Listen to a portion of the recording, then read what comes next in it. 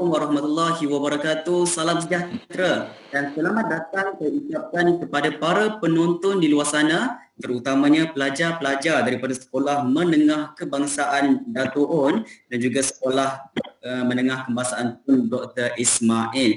Dan terima kasih juga saya ucapkan kepada Puan Siti Amiza binti Hizla, Puan Suhaimi binti Muhammad Zauhuri, Puan Hajah Rubiah binti Muhammad Nur alias Mustafa dan juga Puan Nurmani binti Sazali yang merupakan guru pengiring daripada Sekolah Menengah Kebangsaan Tun Dr. Ismail. Baiklah, tidak lupa juga untuk saya mengucapkan ribuan terima kasih kepada semua pelajar-pelajar baharu diploma sesi 2020-2021 kerana sudi hadir bersama kita pada petang ini. Dan selamat datang saya ucapkan ke forum perdana Kenapa Diploma. Jadi bersama dengan saya pada hari ini Amir Irfan bin Ghaffar, pelajar tahun 2 Diploma Kejuruteraan Elektrik selaku moderator anda pada hari ini. Baiklah para penonton sekalian, saya kira eloklah kita mulakan slot kita pada petang ini dengan bacaan doa terlebih dahulu. Jadi suka untuk saya menjemput saudara Muhammad Alif Hafiz bin Azman untuk mengetuai bacaan doa. Dipersilakan. Baik, terima kasih pengurusi majlis. Assalamualaikum dan salam sejahtera kepada semua. Baik, kita mulakan dengan Al-Fatihah.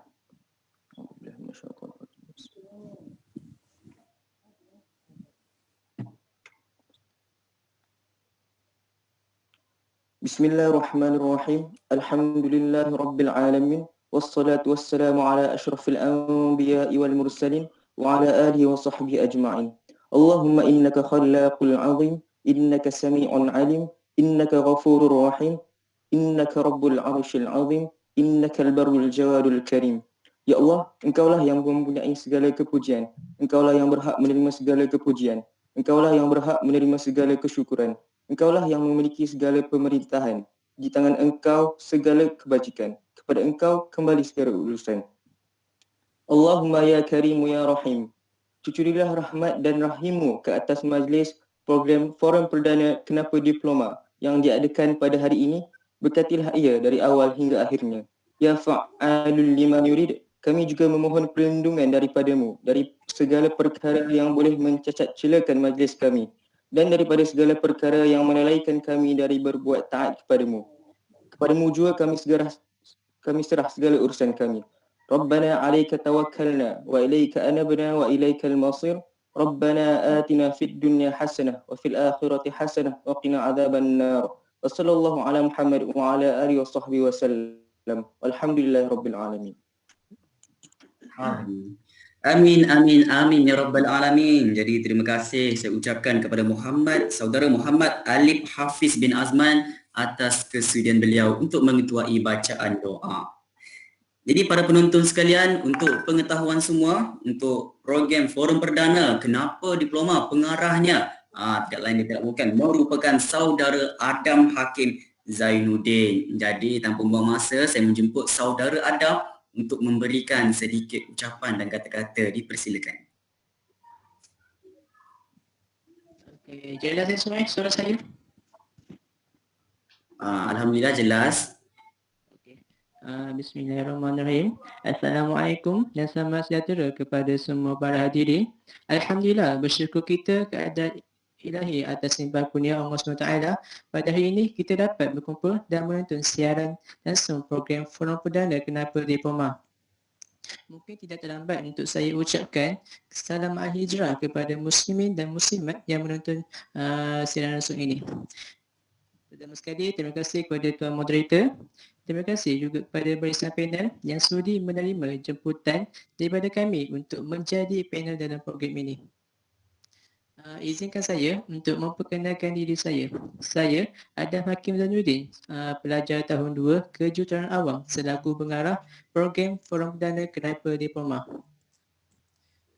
Tujuan program ini dianjurkan adalah untuk berkongsi kepada semua pelajar berkaitan kelebihan pengajian peringkat diploma di UTHM dan persediaan yang perlu pelajar lakukan sebelum memasuki ke alam universiti.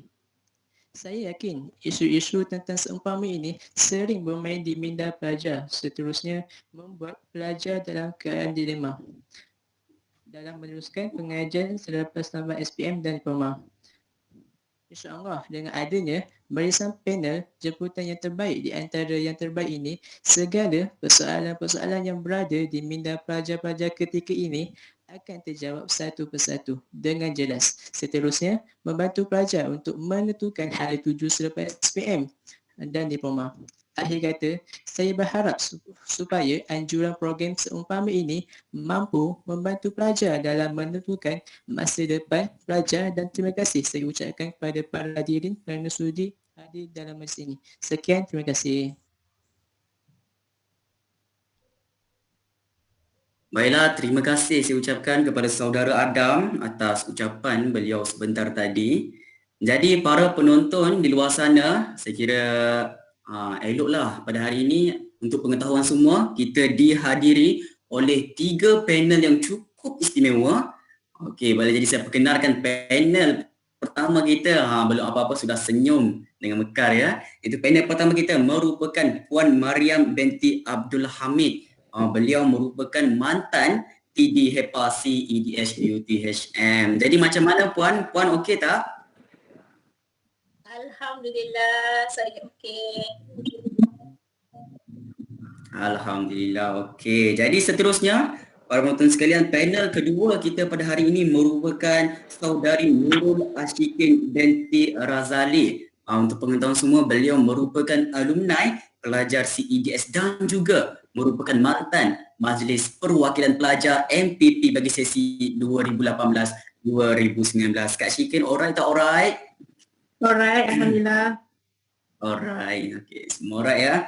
Okey, jadi kita bergerak kepada panel terakhir kita pada hari ini yang merupakan satu-satunya jejaka yang cukup handsome ya pada hinda panel kita, iaitu merupakan saudara Muhammad Luqman Nur Hakim bin Muhammad Nur. Baiklah, untuk pengetahuan semua, beliau merupakan mantan pengerusi Persatuan Pelajar Diploma sesi 2019-2020. Jadi macam mana Luqman dengar cerita baru pulang daripada Cameron Highland, betul ke?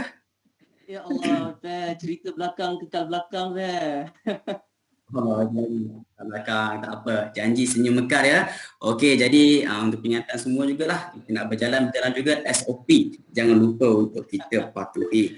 Baiklah para penonton sekalian, jadi saya kira eloklah kita bergerak kepada objektif utama seperti mana yang diberitahu oleh saudara pengarah kita tadi tentang lagi input terbaik sebelum kita ke era ni. Okey, jadi saya kira kita mulakan pada hari ini dengan soalan pertama. Jadi panel-panel kita semua dah ready belum? InsyaAllah. Ya, saya kira. Ya. Ready. Baiklah, soalan pertama kita pada hari ini adalah okey, jadi untuk pengetahuan semua, pada hari tempoh pengajian diploma berbanding dengan matrikulasi, asasi ataupun fungsi. Okey, yang itu merupakan pengetahuan umum semualah. Jadi bolehkah saya tanya soalan pertama kepada panel pertama kita, iaitu Puan Mariam, tentang apakah kebaikan dan keburukan kita ambil diploma ni, sedangkan diploma ni lebih lama daripada pengajian lain. Okey, dipersilakan Puan Mariam. Okay, Assalamualaikum semua, selamat sejahtera. Tidak terlewat juga untuk saya ucapkan selamat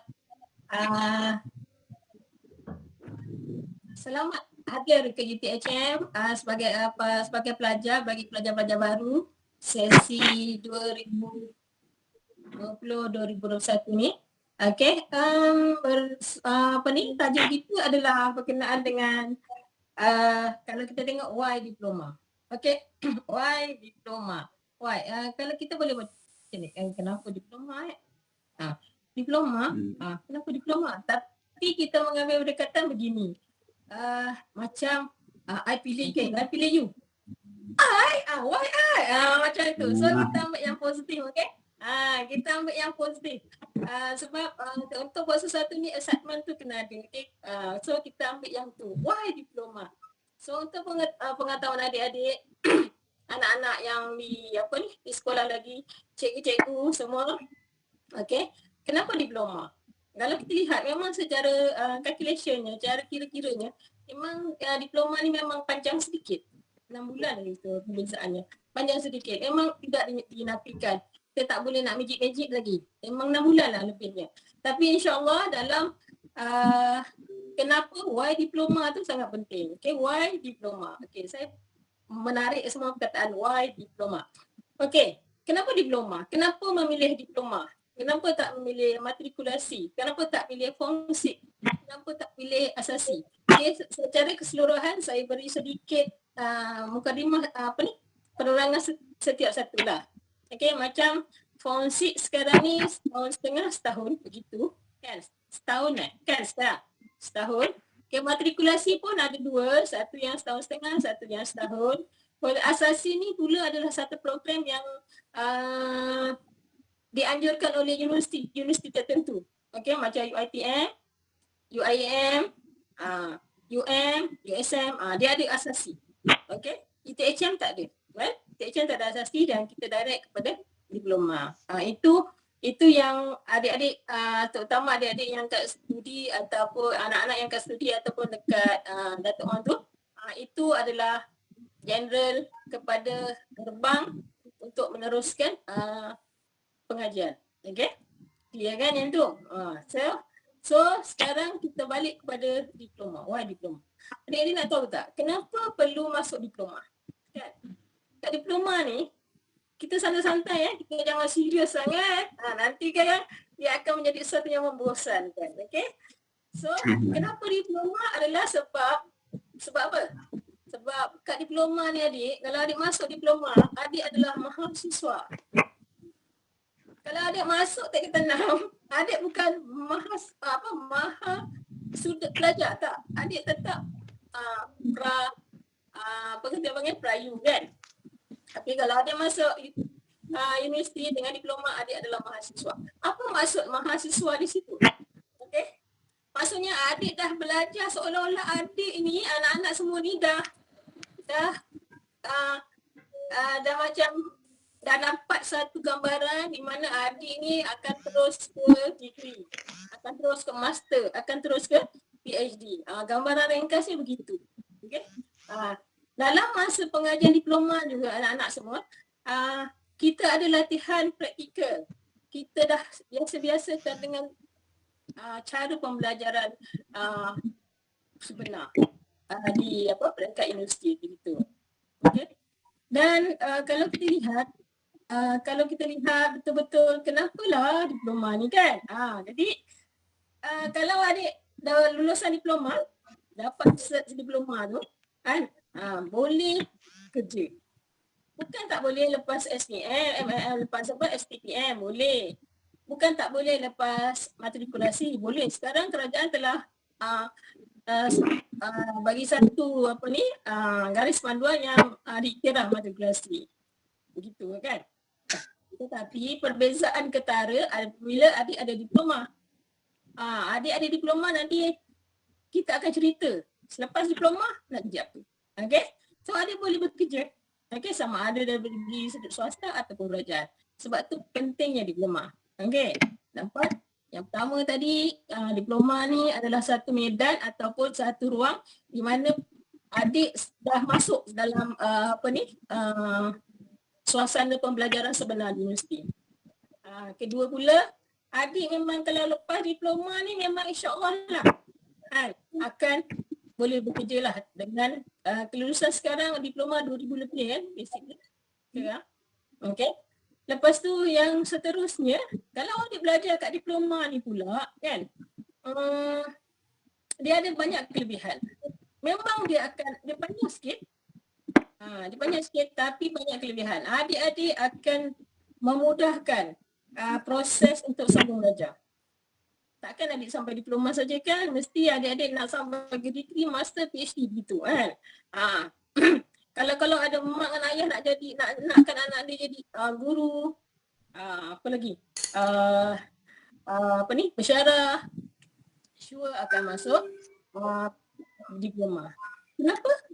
Sebab kursus dalam diploma itu sendiri telah merangkumi semua sekali teknik belajar, adik tak kekok nanti apabila nak bersosial, banyaklah teknologi terkini akan diperkenalkan masa diploma.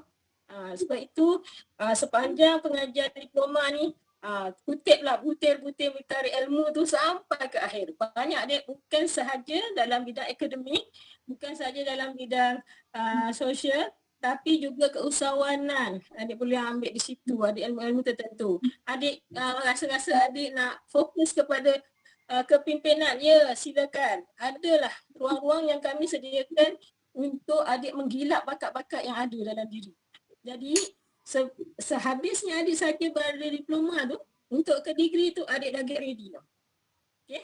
Adik dah get ready, dah tak perlu kata orang. Adik masuk degree, baru tercari-cari, baru dah kenal-kenal, baru nak belajar, tak. Adik just masuk kata orang, kalau masuk gear 1, 2, kita dah terus jalan saja masa degree nanti. Itu kelebihan yang sangat-sangat ketara. Okay? Itu kelebihan yang sangat-sangat ketara. Dan untuk pengetahuan semua, okay, untuk pengetahuan audiens, kalau ada ibu bapa yang menonton, sebenarnya pelajar-pelajar yang mempunyai diploma, terutama di UTHM ni, mereka mempunyai satu kepribadian yang sangat, keyakinan yang sangat tinggi. Dan kebanyakan setiap kali convocation, pelajar-pelajar ex-diploma ni memang tersenarai. Memang tersenarai dalam anugerah-anugerah terpenting di dalam masa convocation tu. Itu saya tidak pernah nafikan sepanjang saya bekerja di UTHM tu, itulah yang terjadi. Okay, so sebelum saya rumuskan, okay, jangan panjang-panjang kan, yang panel-panel lain tak boleh cakap kan, kita bagi peluang panel seterusnya. Okay, secara keseluruhannya, apa yang saya nak sampaikan kat sini, why diploma? Sebab diploma is very special untuk menjadi satu tapak untuk kita meloncat dengan lebih tinggi lagi. Okay, satu tapak yang memang hard. Okay, diploma ini satu tapak yang memang hard, tapi apabila dah melepasi diploma ini, adik boleh meloncat dengan lebih tinggi, pergi dengan lebih tinggi, dengan penuh keyakinan, kena berilmu insya-Allah, dan ada teknologi yang telah disediakan di situ. Okey, dari erti kata lain, suasana degree tu adik dah rasa masa diploma. Itu saja, insya-Allah saya berhenti di sini dulu. Kita kembali kepada moderator, saudara moderator kita. Baiklah, terima kasih saya ucapkan kepada Puan Mariam, jawapan yang cukup lengkap tentang kelebihan diploma ni. Okey. Jadi saya sendiri pun sangat bersetujulah dengan Puan Mariam ni, diploma is very special. Sebab apa? Sebab personal saya sendiri sebagai student diploma juga, diploma ini saya tak menyesal masuk. Sebab dalam diploma ni sambil belajar, kita mempunyai ruang dan peluang untuk mencari sebanyak mana pengalaman, seperti kita dapat handle program ataupun kita boleh join sukan-sukan di universiti. Okey, baiklah para penonton sekalian, kita bergerak kepada panel kedua kita pada hari ini, iaitu saudari Nurul Ashikin. Tak sabar nampaknya nak bagi kata-kata. Okey, jadi soalan untuk saudari Ashikin. Okey, anda sebagai bekas pelajar lepasan diploma yang kini sedang menyambung pengajian ke peringkat ijazah sarjana muda. Okey, jadi bolehkah saudari Ashikin berikan penjelasan apakah kelebihan orang yang lepas diploma ataupun orang yang sambung ke peringkat ijazah sarjana muda ni? Okey. Jadi dipersilakan. Okey, Assalamualaikum warahmatullahi wabarakatuh. Saya harap semua dengar suara saya dengan jelas lah. Pertamanya saya perkenalkan diri, nama saya Nurul Ashikin binti Razali. Terima kasih kepada saudara moderator dan kepada panel-panel juga. Okay, saya merupakan bekas pelajar diploma UTHM, kejuruteraan mekanikal. Saya mulakan diploma pada tahun 2017 dan habis pada awal bulan 1 2020, dan saya masuk degree di UTHM juga, bidang yang sama, pada awal bulan 2 tahun 2020. Okey, berbalik kepada soalan moderator tadi tu, apakah kelebihan yang dimiliki oleh pelajar lepasan diploma yang menyambung pengajian ke peringkat ijazah sarjana muda berbanding dengan pelajar lain?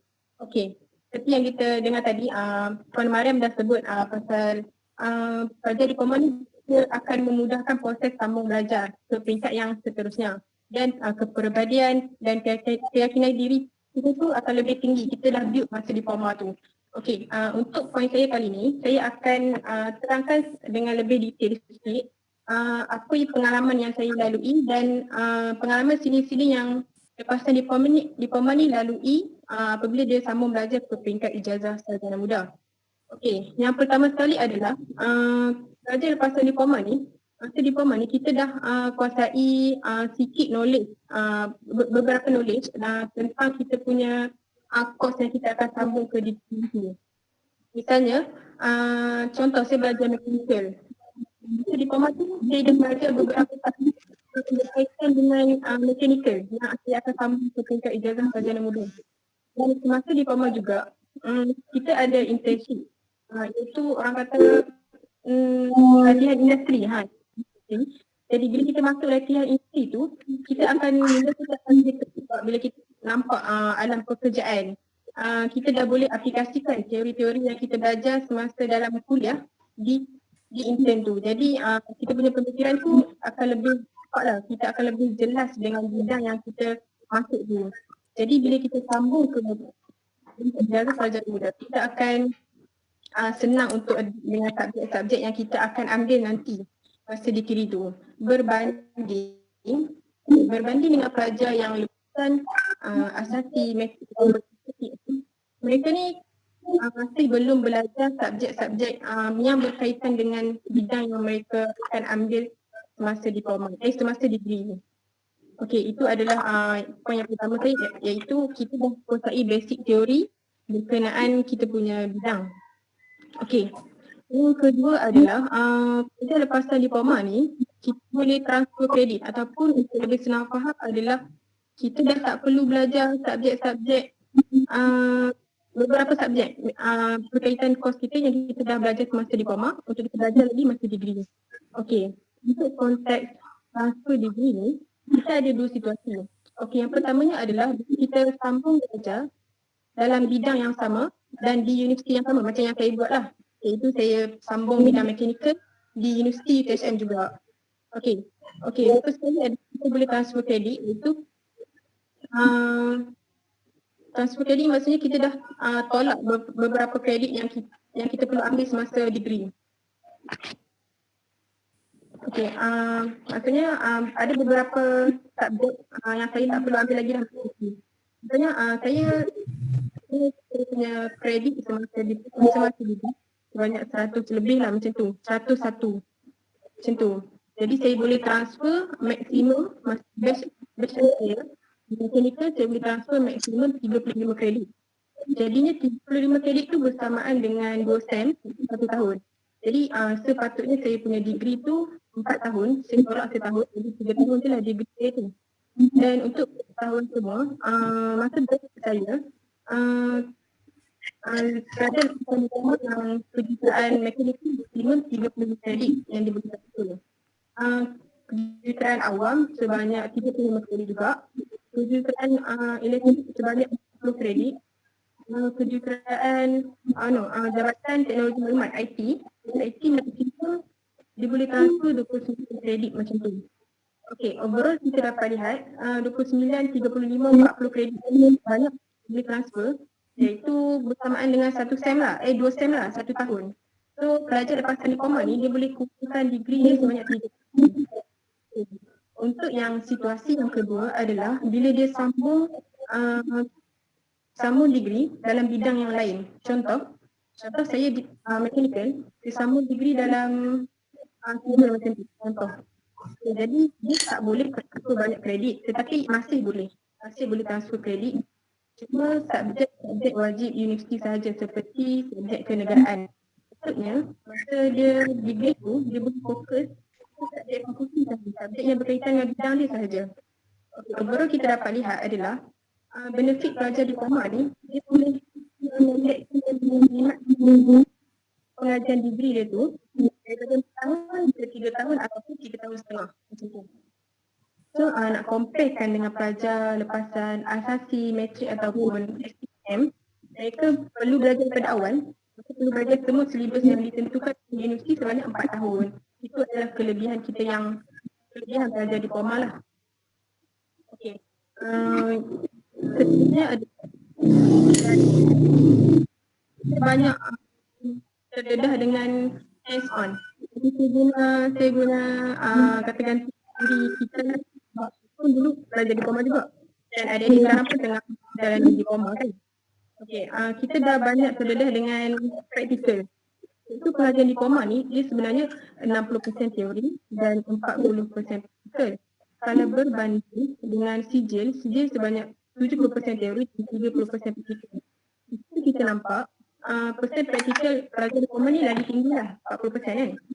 Maksudnya dekat di Poma ni kita bukan hanya belajar teori, kita terlibat dengan aktiviti lab, aktiviti bengkel, terlibat dengan projek dan di tahun kita akan terlibat dengan final year project dan kita juga masuk dan mana melibatkan hands on practical. Kita apply kita punya knowledge teori yang kita belajar dekat kuliah tu dalam lab, dalam bengkel, dalam projek.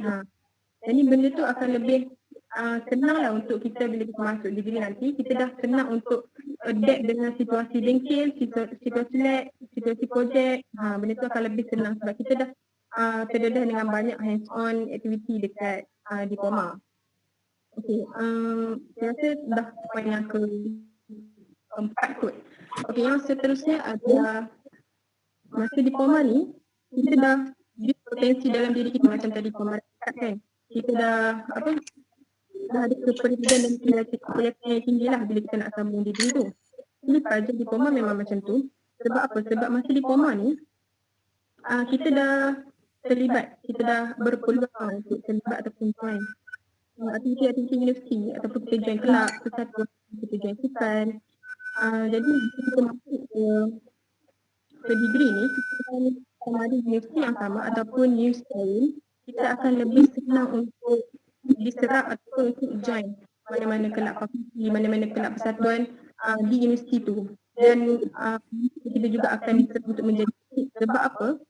Untuk menjadi atlet universiti. Sebab apa saya cakap macam ni? Sebab orang lain dah nampak kita punya credibility. Orang dah nampak kita punya pengalaman semasa diploma tu. Sebab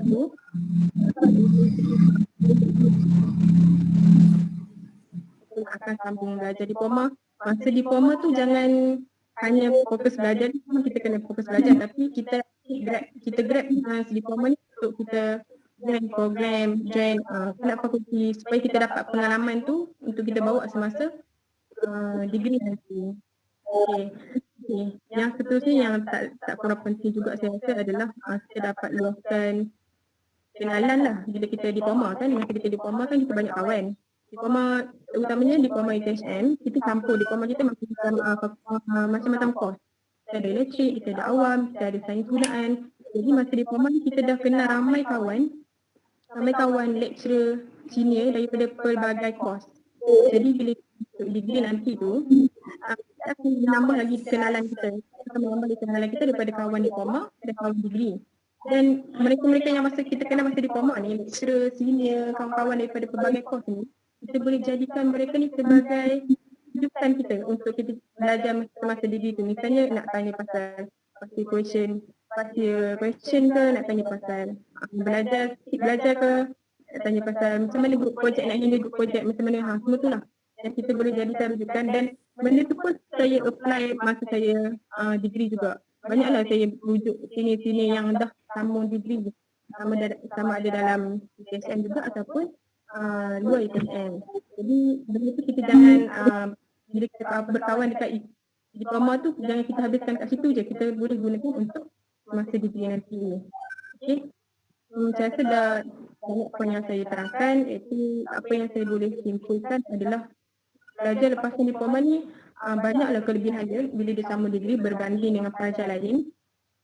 Dan bagi yang berpeluang untuk sambung diploma ataupun yang sedang sambung diploma sekarang, saya boleh katakan adalah platform diploma ni adalah satu tiket untuk kita sambung ke peringkat ijazah sarjana ataupun ke peringkat-peringkat lebih tinggi. Saya rasa yang tu saja perkongsian saya untuk soalan yang pertama ni. Saya serahkan kepada saudara moderator. Baiklah, terima kasih saya ucapkan kepada saudari Nurul Ashikin. Jawapan cukup mantap ya. Yang apa kita kena sambung ke era ijazah. Okey, jadi saya bersetuju dengan dia dan saya simpulkan pada hari ini yang mana kalau kita sambung terus ke peringkat ijazah, yang mana boleh menjimatkan masa tak kira dah daripada segi pembelajaran ataupun aktiviti luar yang kita join. Baik para penonton sekalian, kita bergerak kepada panel ketiga kita pada hari ini yang merupakan saudara Lokman. Okey, jadi saudara Lokman, soalan untuk saudara Lokman adalah bagaimana cara untuk kita menguruskan masa sekiranya kita ini macam suka untuk terlibat dengan aktiviti-aktiviti luar. Okey, jadi dipersilakan saudara Lokman. Baik. Terima kasih saudara Amir Irfan, moderator kita pada petang ini. Puan Mariam, lecturer kami, Puan Mariam binti Abdul Hamid, bekas mantan Timbalan Dekan Hal Ehwal Pelajar dan Alumni Pusat Pengajian Diploma kita sendiri, dan juga Kak Ashikin binti Razali, bekas Persatuan Pelajar Diploma, mantan Majlis Perwakilan Pelajar UTHM, orang-orang hebat semua. Alhamdulillah, saya pun macam nak berucap, nak bagi kata-kata ni seram. Ada orang hebat kat sini.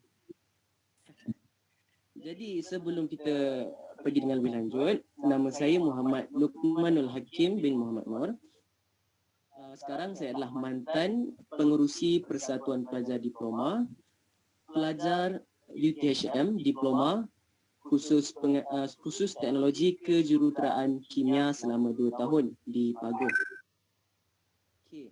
Jadi kita terus kepada soalan. Saudara moderator tanya saya tadi, macam mana kita nak urus masa andainya kita aktif dalam Koko, lepas tu kita nak balance pula dengan akademik kita. Itu yang paling penting. Koko curriculum ataupun aktiviti-aktiviti luar ni, kita perlu balancekan dengan akademik. Contohnya, di UTHM, kita di Pagoh, kita ada Persatuan Pelajar Diploma, iaitu persatuan fakulti lah bagi pusat pengajian diploma. Kita ada majlis pimpinan pelajar, kita ada majlis perwakilan pelajar, kita ada persatuan-persatuan ataupun sukan-sukan, debat, bahas, macam-macam. Jadi di universiti tidak ada limit, tidak ada had untuk anda semua, mahasiswa-mahasiswi dan pelajar-pelajar untuk join. Jadi awak nak masuk debat, lepas tu nak masuk bahas, lepas tu nak masuk sukan, lepas tu nak masuk MPP, dipersilakan. Amat dialu-alukan jika anda mempunyai skill-skill yang diperlukan lah. Tetapi hadirin sekalian, kita perlu faham sebagai student, sebagai mahasiswa, daya tujah ataupun motif utama kita berada di universiti adalah belajar untuk mendapatkan keputusan yang elok supaya kita keluar nanti, kita dapat kerja, kita dapat meneruskan kehidupan, kita dapat teruskan pembelajaran. Bersukan ataupun aktif dalam aktiviti luar tidak ada masalah.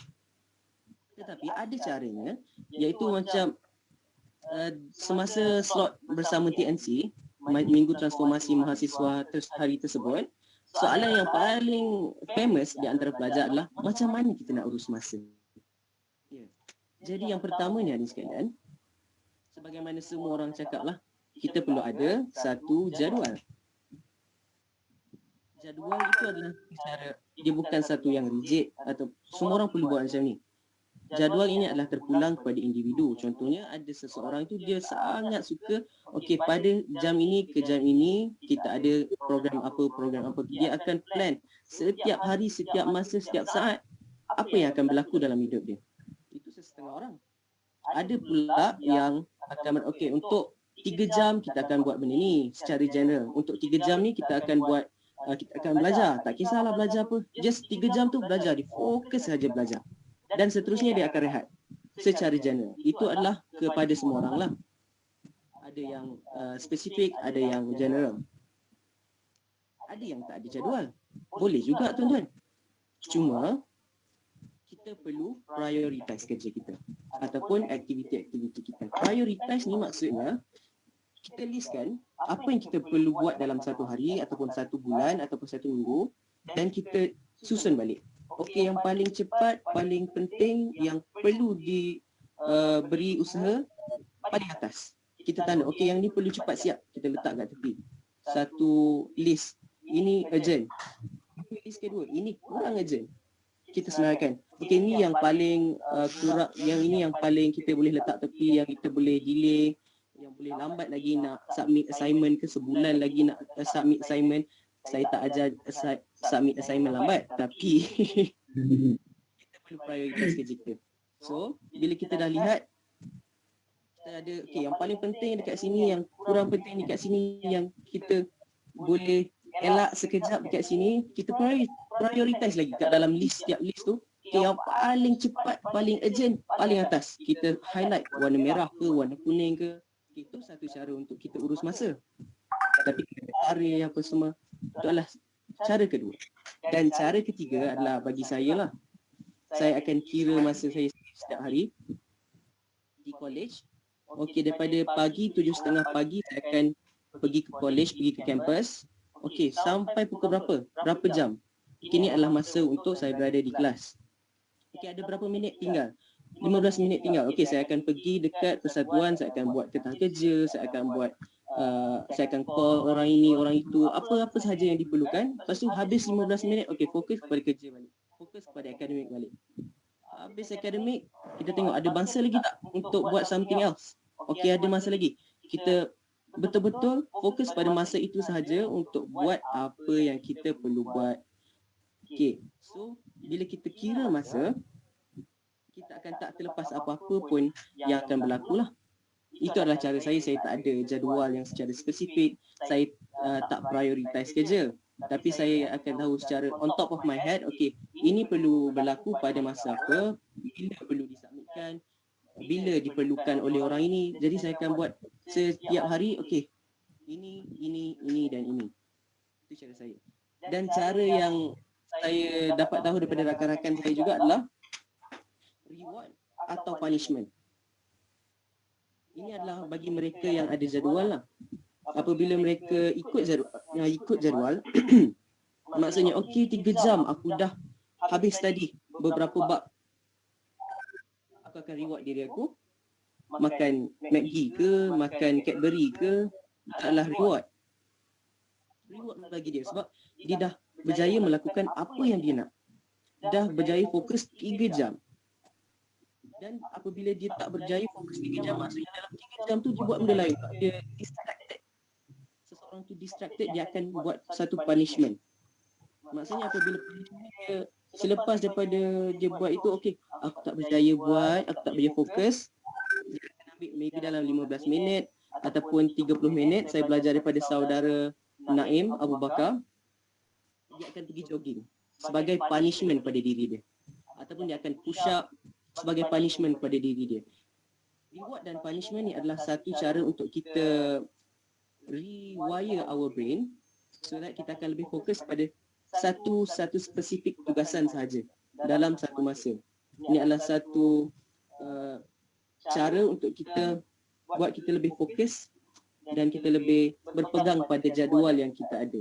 Dia lebih ekstrim, tetapi jika kita ada satu passion untuk sesuatu perkara, contohnya saya ada passion untuk persatuan pelajar di Kuala, maka ia adalah satu give and take yang berbaloi. Okay.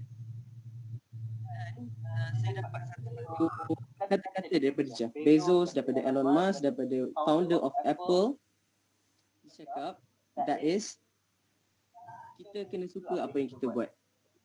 Maksudnya, kita kena suka apa yang kita buat, selepas itu ia akan menjadi kerjaya, bukan kerja. Kita suka belajar, dia tak akan menjadi satu beban. Dia akan menjadi sesuatu yang menarik dan kita akan have fun apabila kita belajar. Apabila kita berpersatuan ataupun kita bersukan, kita suka apa yang kita buat, jadi dia tak akan menjadi satu beban kepada kita. Jadi saya seru kepada anda semua, kepada student, kepada mahasiswa, kepada bakal mahasiswa, cari sesuatu yang boleh membuat anda rasa perkara itu beban. Cari sesuatu yang boleh menaikkan minat anda dalam satu perkara tersebut supaya ia menjadi satu kerjaya, satu perkara yang enjoyable. Jadi apabila kita buat banyak aktiviti luar, kita banyak join persatuan, sukan ataupun pertandingan, nak tak naklah hadirin sekalian, pengalaman saya sendiri dan pengalaman saudara moderator dan saudari Shikin sendiri, saya rasa adalah pengorbanan. Paling besar adalah kita willing untuk berkorban. Berkorban masa, berkorban tenaga, supaya contohnya kita tak cukup masa, dah pukul 12 dah ni, tapi esok ada test. Kita perlu berkorban masa sampai pukul 2, pukul 3 pagi untuk study.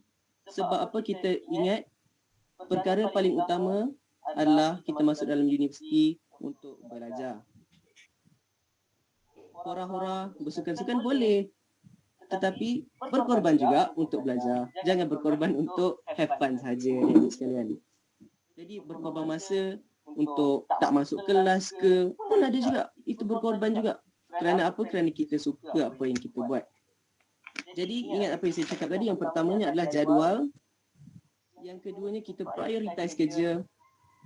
Dan kemudian ada satu lagi teknik, iaitu reward versus punishment. Itu adalah antara cara yang saya boleh bawa lah pada hari ini. Untuk anda semua, saya dah habis. Untuk anda semua, balancekan antara aktiviti co-curriculum, antara aktiviti luar dengan akademik, dengan apa yang kita belajar dalam bilik pembelajaran.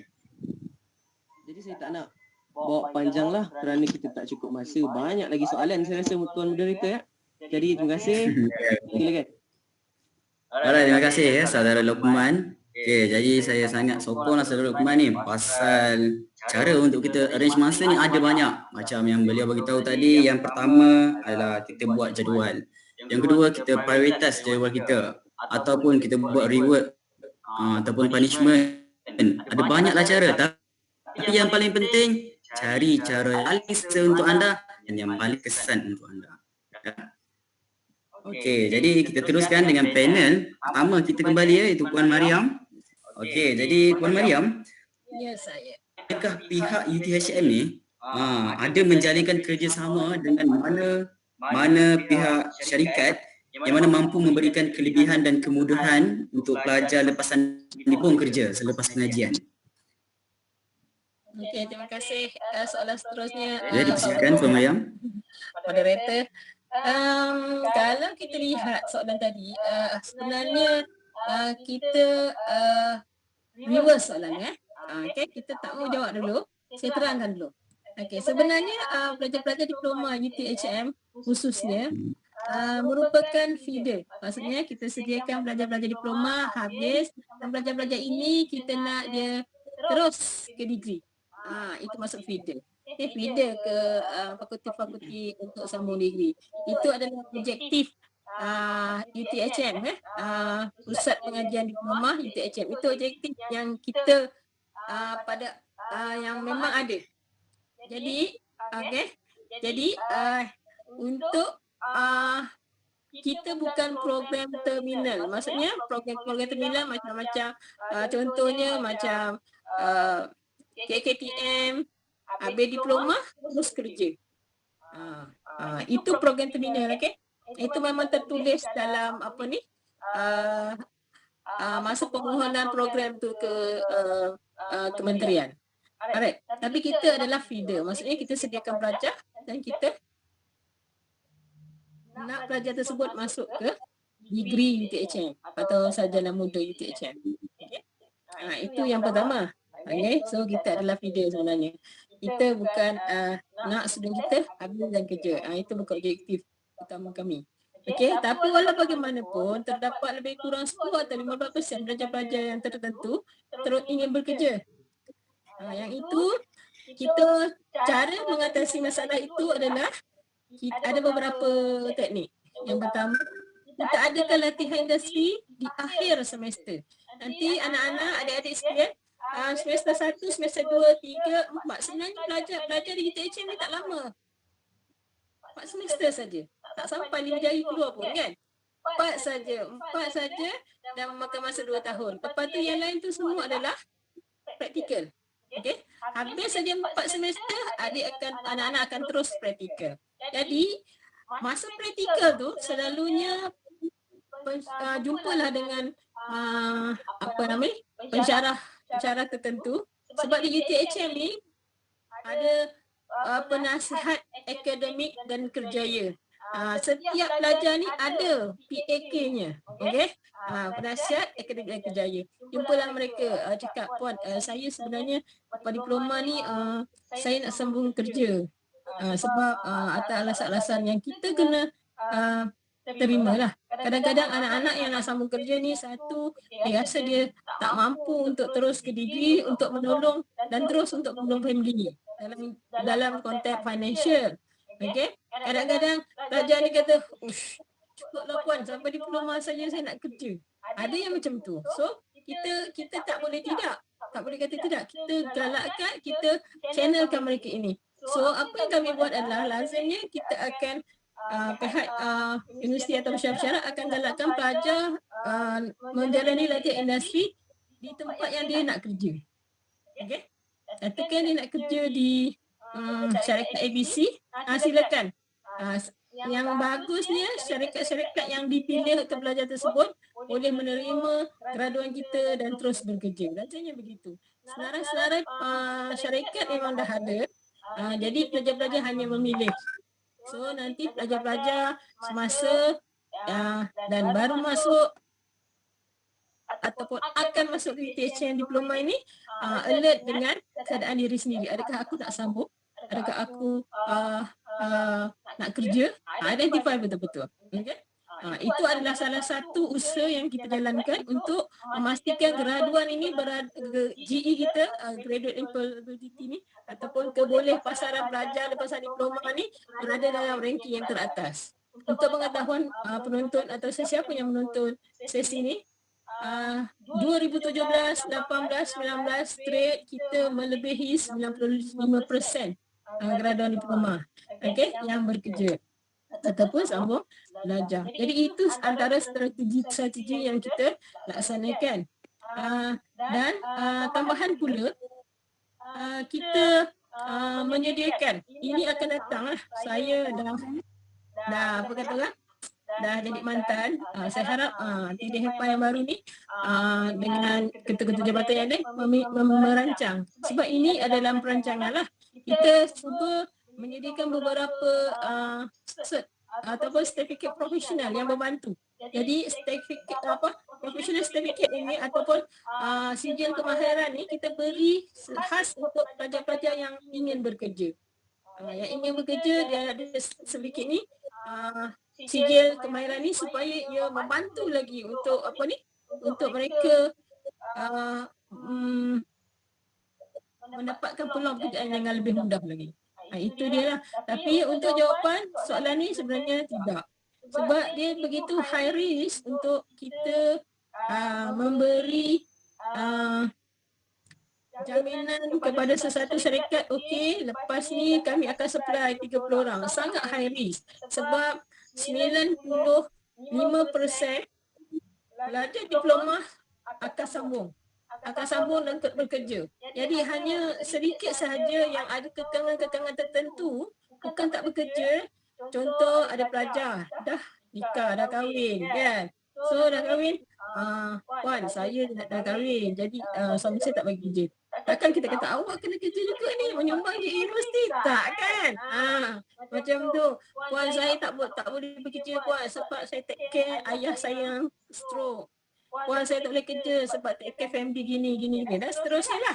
Jadi plus minus 5% tu kami sangat rate sangat rendah, dan sebab yang kita tidak boleh menolak ketentuan Tuhan lah kan, yang itu. Tapi yang lain insya-Allah lah. Yang lain strategi kami adalah begitu. Sebab semua kursus sekarang ni LI berada di akhir semester dan membolehkan pelajar terus bekerja setelah habis pengajian mereka. Itu sajalah saya kembalikan kepada saudara moderator. Terima kasih. Baiklah, terima kasih saya ucapkan kepada Puan Mariam sekali lagi. Jadi apa yang boleh saya simpulkan dekat sini untuk pelajar-pelajar lepasan diploma nanti, kalau nak sambung kerja atas sebab-sebab yang tertentu, UTHM sentiasa menyokong, tapi disarankan untuk kita sambung ke peringkat yang lebih tinggi, iaitu ijazah sarjana muda ya. Okey, jadi seterusnya saya nak menjemput Saudari Nurul Ashikin untuk soalan kedua daripada Kak Syikin ni. Okey, seperti mana yang kita sembang tadi pasal bekerja lepas diploma, bekerja lepas degree. Jadi boleh ke Kak Syikin bagi tahu kebaikan dan keburukan kita kerja lepas diploma dengan kerja lepas degree. Okey, dipersilakan. Okey, berbalik kepada soalan moderator tu adalah baik buruk kita bekerja selepas diploma ataupun selepas degree kan? Okey, yang pertama sekali kita tengok dalam konteks diploma lah, diploma. Kalau student tu dia nak mulakan career dia selepas diploma, jadi dia ada dia dah mulakan career dia dalam satu usia yang awal lah. Misalnya kita habis diploma umur 21 macam tu lah kan, diploma. Jadi dia ada masa yang awal untuk dia mulakan kerjaya dia, berbanding kalau kita start kerja selepas degree umur kita masa tu dah maybe 24-25.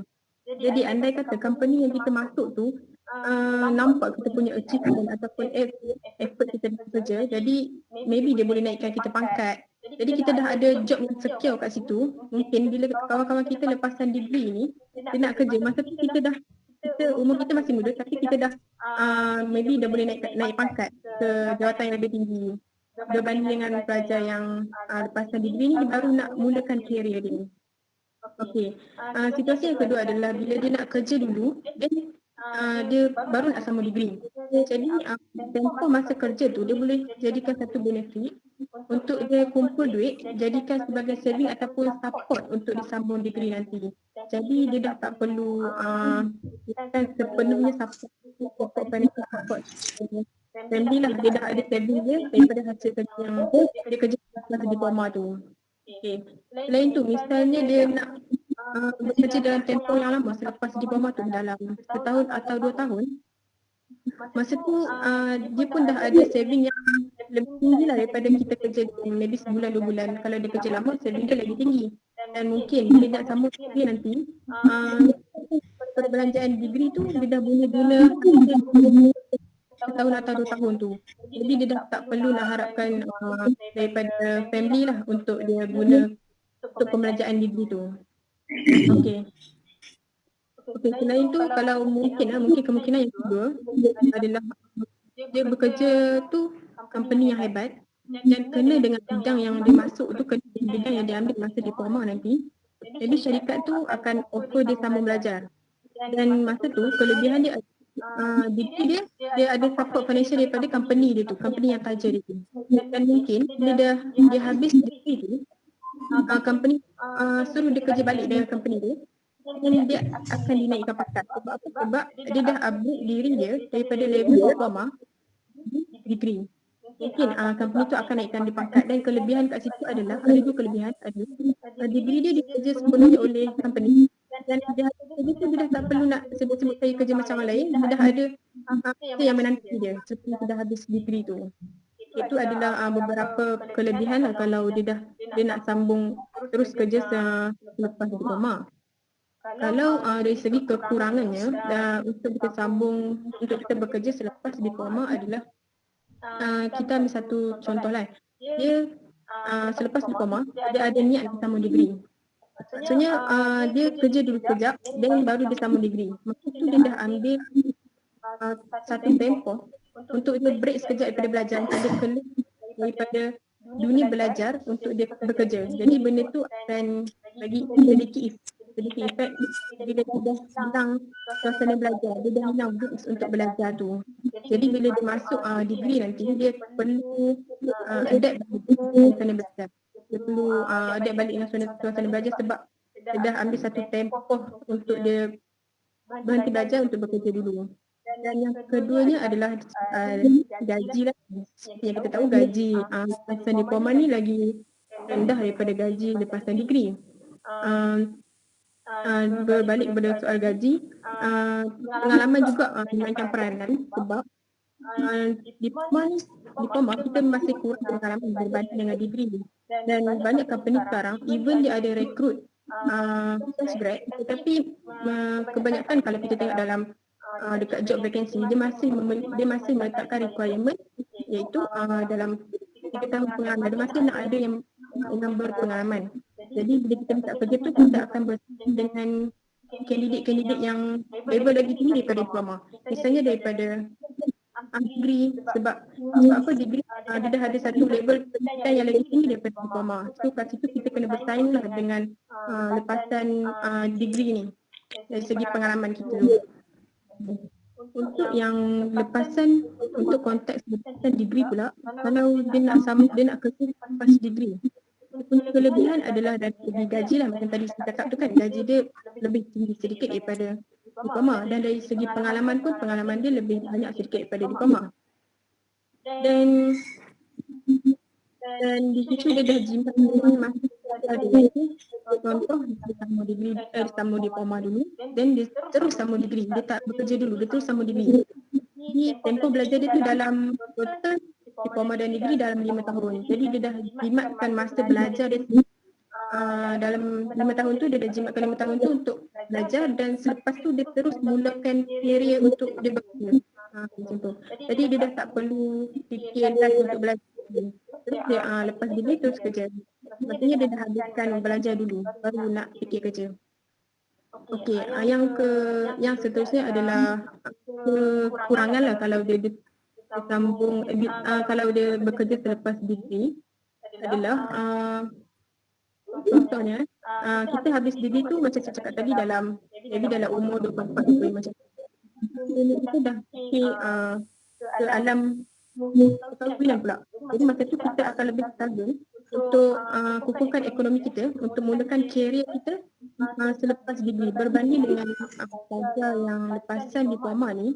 Bila dia dah kerja selepas diploma, dia dah ada satu tetap, dia dah ada satu ekonomi yang kukuh berbanding yang kita baru nak mula kerja ni. Dan yang kedua adalah bila kita kerja tu bukan dalam bidang yang kita belajar. Kita dapat kerja dalam, contoh saya mechanical, tapi kita dapat kerja admin contohnya, dari dua bidang yang berbeza. So ini akan jadi satu benda yang macam taklah kata sia-sia, tapi macam bazikan masa kita untuk kita belajar kita punya bidang tu dalam degree tu. Itu bukan satu benda yang sia-sia, sebab ilmu tu tetap ilmu yang berguna kan. Tapi macam tu kita akan kalau kita dapat kalau kita dapat bidang kerja yang lari daripada bidang yang kita belajar semasa degree tu. Saya rasa yang tu je kot kelebihan dan kekurangan. Jadi kita lepas degree. Okey.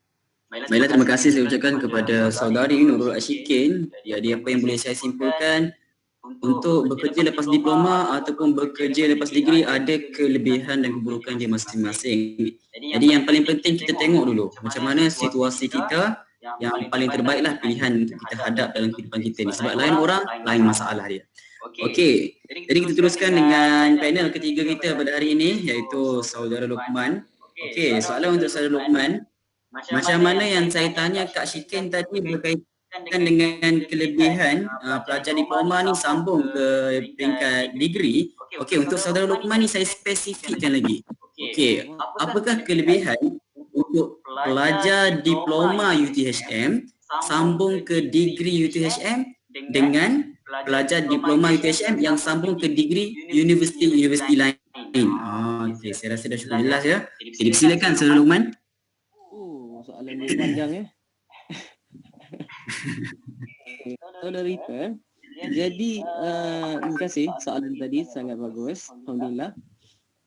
Saya harap panel-panel lain, Puan Mariam, Kak Syikin boleh bantulah, sebab saya pun masih lagi dalam proses tersebut lah, nak sambung HF ke, nak sambung UTP ke, nak sambung mana ni lepas diploma kan. Saya pun tengah mencari-cari lagi, tapi jadi saya harap panel-panel lain jika saya ada yang tertinggal ataupun ada yang nak tambah, dipersilakanlah. Amat-amat dialu-alukan bantu saya sekarang. Jadi kita tengok dah banyaklah yang diperkatakan oleh Kak Syikin dan Puan Mariam tadi berkenaan isu yang sama, Tetapi kita tengok di skop UTHM pula. Okey, apabila kita belajar di universiti di peringkat diploma, apabila kita lulus satu subjek, kita akan dapat credit hour. Credit hour ni macam apa? Bintang lah. Kita lulus. Okey, lulus awak dapat satu bintang lah. Lebih kurang macam tu. Kita analogikan. And then apabila kita habis diploma, dia akan kumpulkan semua credit hour tu. Dan kita tengok, okey lulus tak? Cukup tak credit hour ni untuk graduate? Okey, cukup. So lepas kita graduate, kita nak sambung ke degree pula. Ke degree. Dan kita ada banyak pilihan. Contohnya dah berapa puluh universiti kan. Dan nak lebih 100 universiti. Tak lebih lagi. Di Malaysia, tak di luar negara lagi. Jadi apabila ada banyak pilihan, banyak kursus, banyak option yang berada di luar sana, kita jadi rambang mata. Nak sambung luar ke? Nak sambung UTHM? Okey. Yang saya paling nampak lah kelebihan apabila kita sambung di UTHM, degree di UTHM selepas diploma, di UTHM juga, iaitu kita dapat potong kredit ataupun transfer kredit macam yang Kak Syikin cakap tadi, lebih banyak berbanding jika kita sambung degree di universiti lain. Sebabnya kita akan ulang belajar benda sama. Apabila kita transfer kredit, maksudnya kita tak perlu ulang subjek yang sama lah. Maksudnya di diploma kita dah belajar subjek ni. Tetapi di degree, syllabus dia tu ada subjek yang sama dengan diploma sebab dia nak cater kepada ramai student lah yang daripada matriks, daripada tingkatan 6. So syllabus dia lebih meluas. Bila kita dah transfer kredit daripada diploma, kita dah belajar basic apa semua, kita dah tak perlu belajar sekali lagi jika kita dah lulus dekat diploma kan. Kita dah boleh transfer kredit. Tu maksudnya. Jadi banyak macam Kak Syikin tu daripada 4 tahun degree, dia dapat kurangkan jadi 3 tahun. Hadirin, 3 tahun. Setahun tu boleh nikah kot. Tak Setahun tu banyak masa untuk kita buat benda-benda lain, untuk kita prepare, untuk kerja ke apa semua, untuk kita buat, untuk kita busykan diri masa orang lain tengah belajar, kita boleh buat benda lain. See? Itu adalah kelebihan yang saya rasa major lah apabila kita sambung di UTHM. Sangat besar. Contohnya Kak Syikin ni, Kak Syikin lagi yang contoh, tak ada orang lain. Kak Syikin ni orang busy. Dia macam-macam ni buat. Aku pun tak tahulah apa dia buat. Tapi sangat-sangat busy. Jadi masa yang setahun tu, berikan dia satu ruang dan peluang untuk dia baiki diri dia, untuk dia belajar lebih daripada orang lain. Betul kan Kak Syikin? Betul. Terima kasih sokong saya. Okay, yang kedua yang kita dah banyak kali pusing benda potong kredit, transfer kredit benda yang sama je, adalah kita dah terbiasa dengan culture yang sama ataupun sistem UTHM tu sendiri. Untuk pengetahuan warga UTHM dan juga bakal UTHM yang insya-Allah masuk ke tak masuk ke adik-adik di luar sana, UTHM ni ada banyak sistem dia. Contohnya dia ada banyak app yang membantu pelajar lah, Author, dia ada SMAP. Jadi apabila kita bersambung di UTHM, dia just benda yang sama. Kita tak perlu belajar balik macam mana nak guna app ni, ataupun dulu senangnya kita ada SMAP, kita boleh tengok semua kat sini kan. Tapi bila ke universiti lain dia tak ada SMAP, dia ada benda lain pula. Jadi kita perlu belajar balik, tengok satu. It takes time. Boleh, tak ada masalah. Ada orang ambil itu as satu challenge untuk dia biasakan diri dia untuk tak baru kan. Boleh, tak ada masalah. Tetapi apa yang saya cakap sekarang adalah kita dah terbiasa dengan culture tersebut lah. Culture UTHM, kita dah ada ramai kenalannya, kita dah kenal ramai lecturer macam Kak Syikin cakap tadi. Jadi dia menjadi satu perkara yang memudahkan kita sebagai seorang student untuk meneruskan pembelajaran di UTHM. Begitu. Jadi kalau app tu, kalau student first year yang baru masuk, yang selepas MTM ni nak tanya, boleh tanya sini. Author ni apa dia? Nanti lecturer nak guna Author ke? Apa kita nak guna macam mana? Nak login macam mana? Rasanya dah ada slot dari itu kan, berkenaan Author, berkenaan SMAP, lain-lain kegunaan app ni. Jadi kalau ada soalan boleh tanya nanti. Dan kenalan apa lagi Kak Syikin? Saya rasa macam itu yang paling besar yang saya boleh nampak lah kelebihan apabila kita sambung degree di UTHM. Kan? Apa lagi? Macam yang Akak cakap tadi pula, macam dia lebih confirm je bila kita bila kita sama belajar dalam ITSM ataupun luar, kita boleh banyak hands on macam tu lah. Kita cakap kelebihan UTHM tu sendiri lah. Sebab UTHM dia besar satu, and then dia kaya satu, kaya lah juga. Dia ada banyak peralatan, dia banyak lab, banyak facilities dia. So bila kita tak semestinya student diploma, student yang lain masuk pun dia boleh guna perkara tersebut untuk guna dalam akademik dia lah. Contohnya tak adalah kita perlu pergi ke UTM ke nak pinjam lab dia. Kita tak perlu pergi ke tempat MTUN, Universiti MTUN untuk pinjam peralatan teknikal dia. Sebab UTHM ni dah meluas, dah banyak. Jadi itu antara kelebihan-kelebihannya lah di UTHM secara general. Begitu. Okey, jadi terima kasih saya ucapkan kepada Saudara Luqman dan juga kepada Saudari Nurul Ashikin atas info-info yang telah berkongsi sebentar tadi. Saya sendiri pun sebagai pelajar diploma yang masih lagi belajar pun, lepas dengar kata-kata daripada Saudara Luqman pun tak sabar nak belajar degree dekat UTHM ya. Okey, jadi sebab ada banyak kelebihan. Okey, jadi ada banyak kelebihan yang kita boleh guna sebagai mahasiswa lah. Okey, jadi kita bergerak kepada panel kita yang seterusnya iaitu Puan Mariam. Okey, jadi soalan daripada saya, okey, seperti mana yang kita tahu situasi sekarang ni yang kita dalam Malaysia kita sedang hadapi ataupun dalam satu dunia ni, okey, tentang pandemik COVID-19.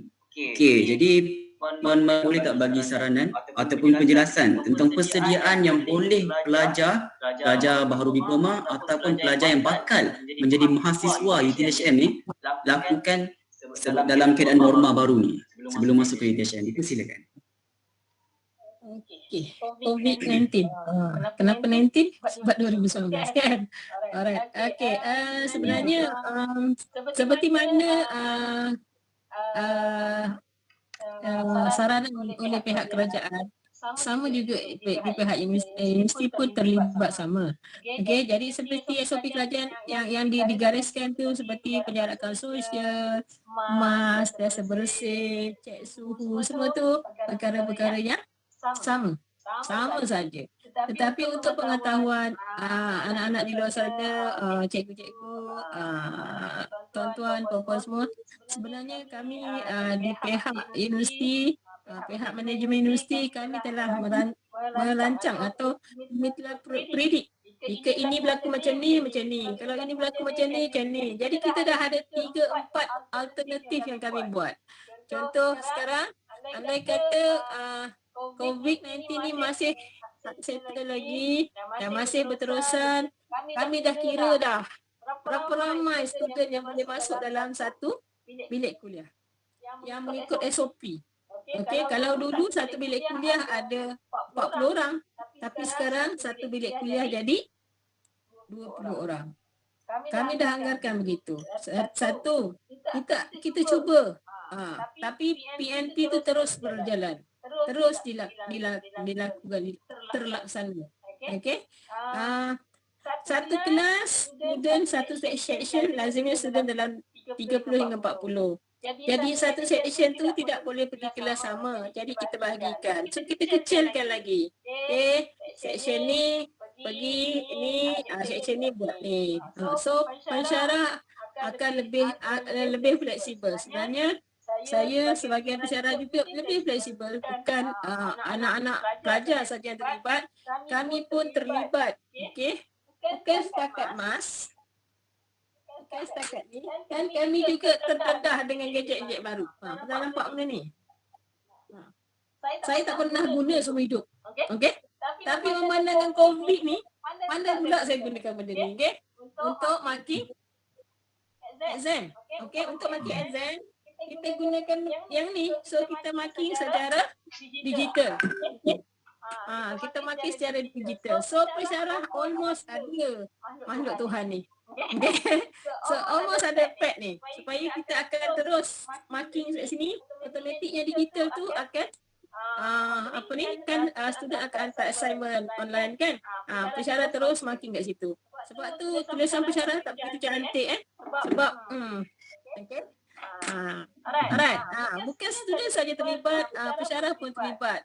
Okey. Kita merancang perjalanan kuliah, perjalanan makmal. Kita kenal pasti ruang-ruang kuliah, ruang-ruang makmal, dan kita telah membuat asimilasi semua keseluruhan bagaimana perjalanan tu.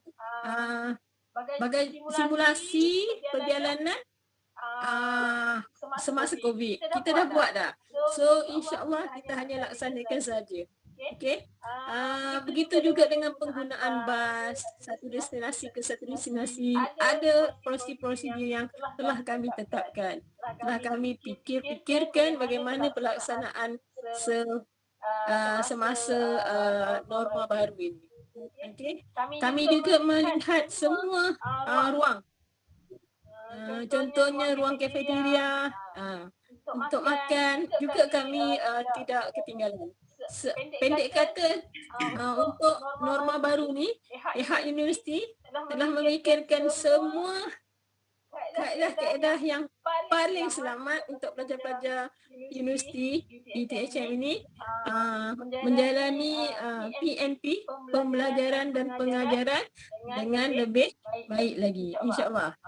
Jadi peningkatan Wi-Fi juga tinggi sebab kebanyakan pensyarah ini untuk subjek-subjek yang perlu macam ni sekarang kita berada ni kan, mengajar secara online begini pun masuk. Jadi nanti anak-anak pelajar jangan terkejut, bukan di luar, bukan pukul 8.05 saja ada kelas. Setelah sekembalinya sini-sini nanti kemungkinan kelas akan lebih kompak lah. Mungkin malam 8 hingga 10, tapi bukan datang ke kampus, hanya perlu berada di college sahaja. So untuk pelajar-pelajar persediaannya hanyalah mengikut arahan-arahan yang kami beri seawal NTM hari itu. Minggu Transformasi Mahasiswa telah diberi taklimat tentang norma proses PNP ni semasa norma baru, di mana kita melaksanakan proses PNP ini secara hybrid. Semua tanya hybrid, dah macam nak melahirkan tumbuh-tumbuhan yang lebih berkualiti. Macam itulah kan. So dia hybrid. Maksudnya ada face to face, maksudnya ada setengah masa ni mungkin sekumpulan pelajar ni face to face dengan pensyarah. Maksudnya lihatlah secara fizikal, hadir ke kuliah hadir ke makmal. Sebab kita ini adalah Technical University, bengkel dan makmal itu ada satu kewajipan atau mesti ada. Seperti saudari Siti cakap tadi, 60-40. 40 tu mesti ada. Jadi insya-Allah pelajar akan hadir ke makmal dalam kumpulan yang lebih kecil, buat and then dia akan tukar yang lain. Itulah proses-proses pembelajaran dan pengajaran semasa COVID-19. Itu norma baru sekarang ni, insya-Allah. Itu saja. Baiklah, jadi terima kasih saya ucapkan kepada Puan Mariam atas penjelasan yang cukup jelas sebentar tadi. Jadi apa yang boleh saya simpulkan, UTHM telah melakukan persediaan yang cukup rapi untuk memastikan mahasiswa dapat belajar dalam keadaan yang selesa. Dan saya nak petik balik kata-kata daripada Puan Mariam tadi, bukan pelajar sahaja yang terlibat, tetapi lecturer juga terlibat. Jadi apa yang paling penting, kita kena bekerjasama untuk memerangi COVID-19 ini. Okey, seperti mana hashtag yang cukup famous ya, hashtag kita jaga kita. Okey, jadi kita teruskan dengan panel kedua kita pada hari ini. Itu soalan ketiga. Untuk panel kedua, Kak Shikin. Okey, seperti mana yang kita tahu, sebut sahaja UTHM, pasti semua tahu ada dua cawangan. Cawangan pertama adalah di kampus Pagoh, iaitu cawangan kampus Pagoh, dan cawangan induk di Parit Raja. Yang mana diploma ni kebanyakannya memang semualah di kampus Pagoh, dan yang sambung ijazah sarjana muda di Parit Raja. Okey, jadi boleh Kak Shikin bagi sedikit penjelasan tentang macam mana perbezaan kehidupan di kawasan cawangan kampus Paguh dengan kawasan induk di Pelita. Dipersilakan. Okey, baiklah. Soalan moderator, perbezaan gaya hidup kampus induk dengan kampus Paguh. Okey, berdasarkan pendapat saya lah yang saya lalui di Paguh dan di induk, rutin belajar tu macam biasa. Kita pergi kelas, kita balik college, kita join program. Cumanya seperti yang kita tahu, belajar dekat kampus induk ni lagi banyak berbanding di kampus Paguh. Dan dari segi environment belajar tu, dia punya persaingan antara mahasiswa tu lebih ketat dari segi akademik, dari segi sukan, curriculum, badan uniform, kelab persatuan. Dan kita perlu bersaing dengan orang pelajar-pelajar yang lagi hebat sebab banyak kan, jumlahnya banyak berbanding di Paguh. Okey, dari segi pembelajaran dalam kelas pula, sinonimnya induk ni adalah degree life. Kebanyakannya memang semua degree lah sebab sebahagian je di induk di Paguh.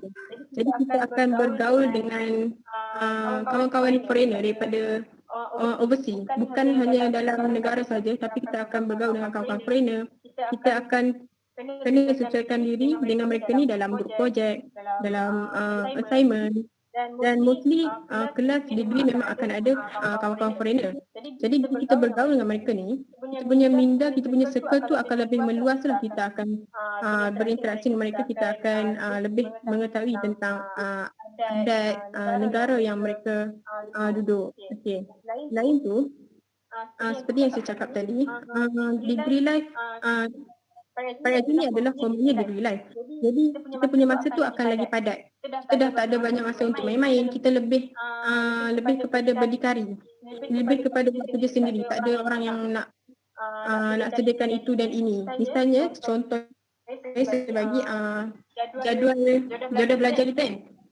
Kalau di Pama dulu, fakulti dah tetapkan kat kita jadual belajar tu, kita pilih je kita nak kelas yang mana, kelas A, kelas B, kelas C.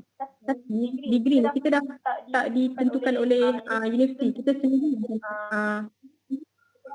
yang akan tentukan jadual kita. Kita nak belajar subjek apa, dari masa mana sampai ke mana, macam tu.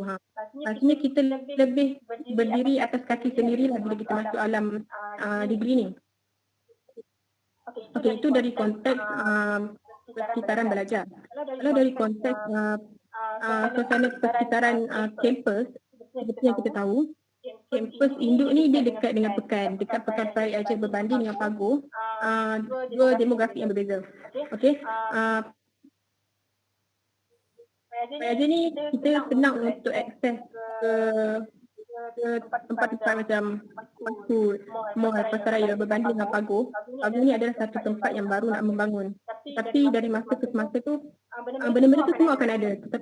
Benda-benda tu semua akan ada, dan apa yang saya suka dekat Paguh ni berbanding dekat Farid Aja, ada punya udara lah. Udara dekat Paguh ni lebih segar berbanding dekat Farid Aja, sebab kita tahu Farid Aja ni dia dekat dengan kilang. Dia banyak kenderaan, traffic jam. Yang dekat Paguh ni tak ada traffic jam, tak ada kilang, more kepada nature. Jadi yang Paguh katanya lebih bersyukur lah bila belajar dekat Paguh tu.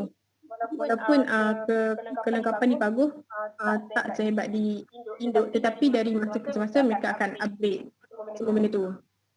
Okey, dari segi kemudahan fasiliti, kampus induk lebih banyak lah berbanding Paguh, sebab yang kita tahu Paguh ni banyak macam fasiliti sukan, library, auditorium, dewan kuliah, dewan exam, dan 3 institut iaitu UTM, UIA dengan Poli.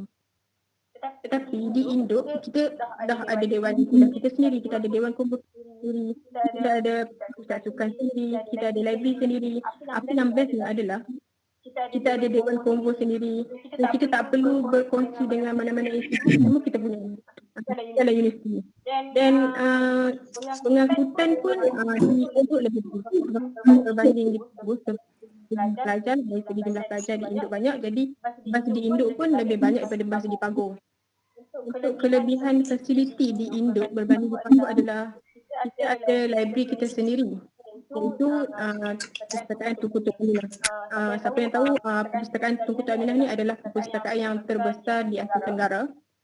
Yang uniknya adalah, siapa yang kita tahulah, mereka bentuk punya library ni berbentuk silinder ataupun lebih tepat adalah berbentuk donat, yang mana ada 6 tingkat dan dia boleh memuat 300 uji dan menampung sebanyak 3,000 pengguna dalam satu masa. Jadi library merupakan salah satu menteri UTSM dan kebanggaan penduduk UTSM Timur. Dan dari segi kemudahan, kolej pun apa yang saya katakan, kebanyakan ni sama je, semuanya selesa. Tapi apa yang kelebihannya adalah di Pagoh kita ada bilik untuk diskusi. Tapi kebanyakan kolej induk kita ada ruang lega yang terbuka untuk ruang diskusi, iaitu di kawasan ruang lega kolej. Dan seperti kemudahan lobby semua tu, semua kolej ada kemudahan sama juga di Pagoh kan. Okey, saya rasa kalau bab kemudahan kolej tu lebih kurang sama, cuma dia lebih sikit lah, lebih sikit.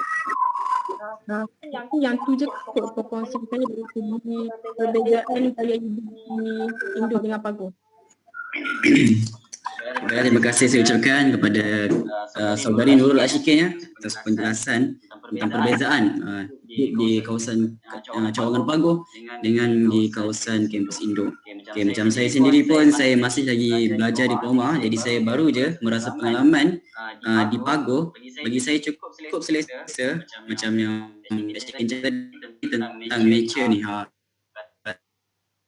Belajar. Okey, dengan ketiga saudara seperti pengetahuan semua, dalam sebuah sekolah, masa sekolah dulu, apabila sekolah tu mempunyai ramai support alumni, sekolah tu akan macam berjaya lebih ketat lah. Okey, macam mana pula dengan di UTHM? Adakah UTHM ni ada banyak support daripada alumni, terutamanya daripada PBD, MKP ataupun MPP itu sendiri?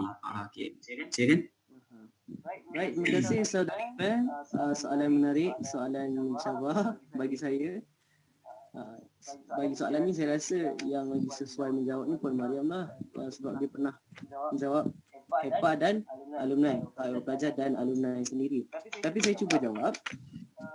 Saudara Iqbal bertanya berkenaan sokongan alumni daripada cawangan, cabang daripada MPP, PPD, MKP, Kelab Persatuan dan sebagainya lah. Okey, yang pertamanya, kita perlu tahu yang apabila student UTHM tu keluar sendiri, macam Puan cakap tadi, 95% daripada pelajar UTHM bekerja. Ada yang bekerja sebagai di syarikat biasa, ada yang jadi CEO, ada yang belajar saham, ada yang buat bisnes dan sebagainya. Jadi mereka yang berjaya, yang ada pengalaman, yang ada skill ni lagi banyak pergi ke UTHM untuk membantu student-student dan junior lah kita panggil. Contoh, saya bagi contoh yang paling menarik bagi student semua. Timbalan Naib Chancellor UTHM sekarang, Prof. Madya Dr. Afandi Ahmad adalah bekas pelajar UTHM sendiri. Beliau gelarkan dirinya super senior lah. Kita panggil dia super senior kepada semua student. Jadi alumni ini mereka akan datang, kebiasaannya akan bagi sumbangan, akan bagi tunai ataupun sumbangan tenaga, perkara-perkara sebegitu.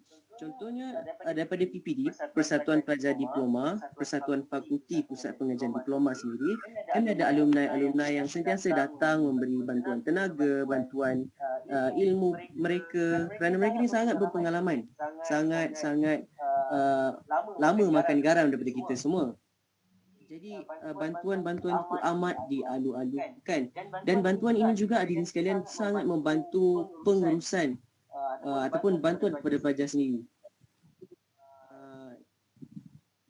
Bantuan kewangan tu boleh kita salurkan untuk program, untuk buat forum sebegini. Kita boleh jemput panel-panel yang berkaliber, panel-panel luar, artis ke, di convocation juga selalu alumni datang memberi bantuan, memberi sumbangan juga. Jadi saya rasa support daripada alumni memang wujud dan memang adalah di UTHM. Jadi dah pukul 3.30 saya rasa kita teruskan pada sesi Q&A kot. Takkan tak sempat nanti. Baiklah. Okey, terima kasih saya ucapkan kepada Saudara Luqman. Okey, jadi makna katanya di UTHM ni juga kita dapat banyaklah bantuan dan support daripada alumni, terutamanya daripada PPD, MKP dan juga MPP dalam pelbagai cabang seperti keuangan dan kemudahan yang lain lah. Okey, jadi nampaknya kita sudah pun dalam 35 minit pada jam di laptop saya ni. Jadi saya kira eloklah kita bergerak ke soalan Q&A. Okey, jadi mana-mana pelajar ataupun cikgu-cikgu yang mempunyai soalan bolehlah lampirkan soalan tersebut di ruangan komen di sebelah kanan tersebut. Okey, dan juga sambil itu saya juga telah mendapat soalan personal daripada student itu sendiri. Okey, jadi sambil kita tunggu, andai kata ada student lain nak tulis soalan di ruangan komen, saya baca dulu soalan pertama. Okey, soalan pertama daripada saudara Abu Husin. Okey, adakah diploma ni menjamin untuk memasuki alam pekerjaan? Okey, itu satu. Dan adakah pengiktirafan diploma ni setanding dengan sijil kemahiran? Okey, semua panel jelas tak? Jelas ya?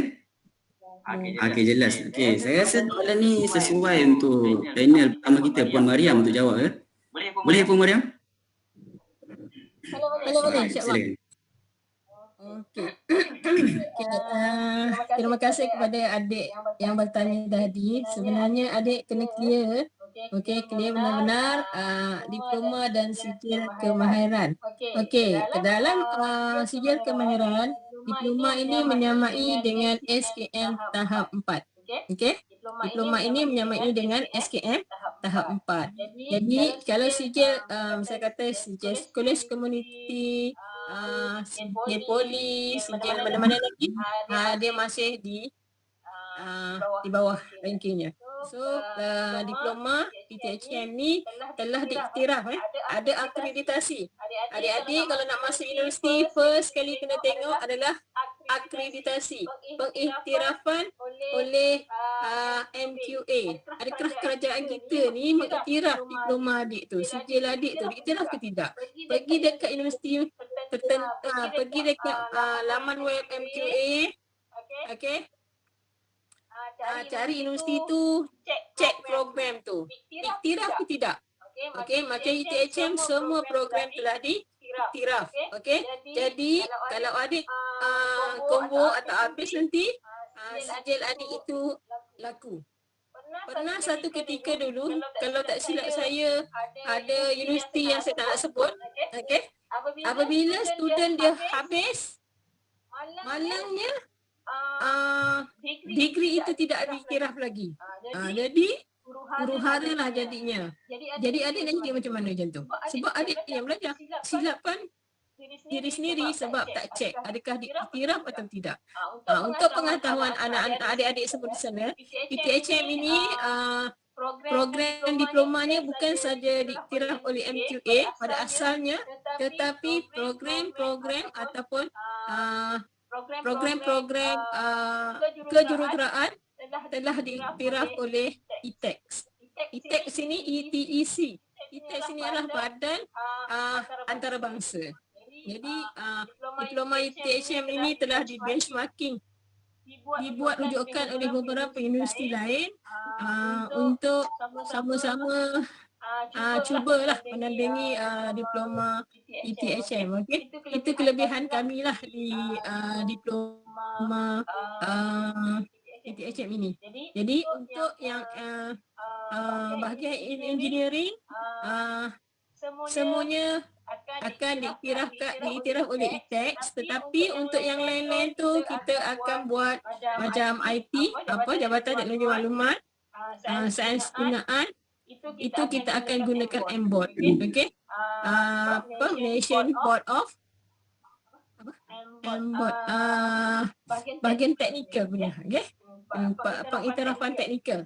Okey, teknologis. Okey, pengiktirafan di situ. Jadi jangan risau, diploma UTHM ini diiktiraf. Boleh cek dekat MQA, TAIP, boleh cek. Okey, memang insya-Allah semuanya diiktiraf. Kalau tidak sia-sialah adik belajar 2 tahun 9 bulan tu kan, tanpa diiktiraf. Jadi seolah-olah kalau tidak diiktiraf, adik belajar itu sia-sia sajalah, hanya dapat ilmu saja, tapi nak gunakan sijil itu tidak laku. Okey, berbalik pada soalan asal, adakah diploma ni seiring? Okey, adik perlu tahu untuk sijil kemahiran tahap 4 lazimnya demo kepada kemahiran. Okey? Beza tapi level dia sama. Okey, sama.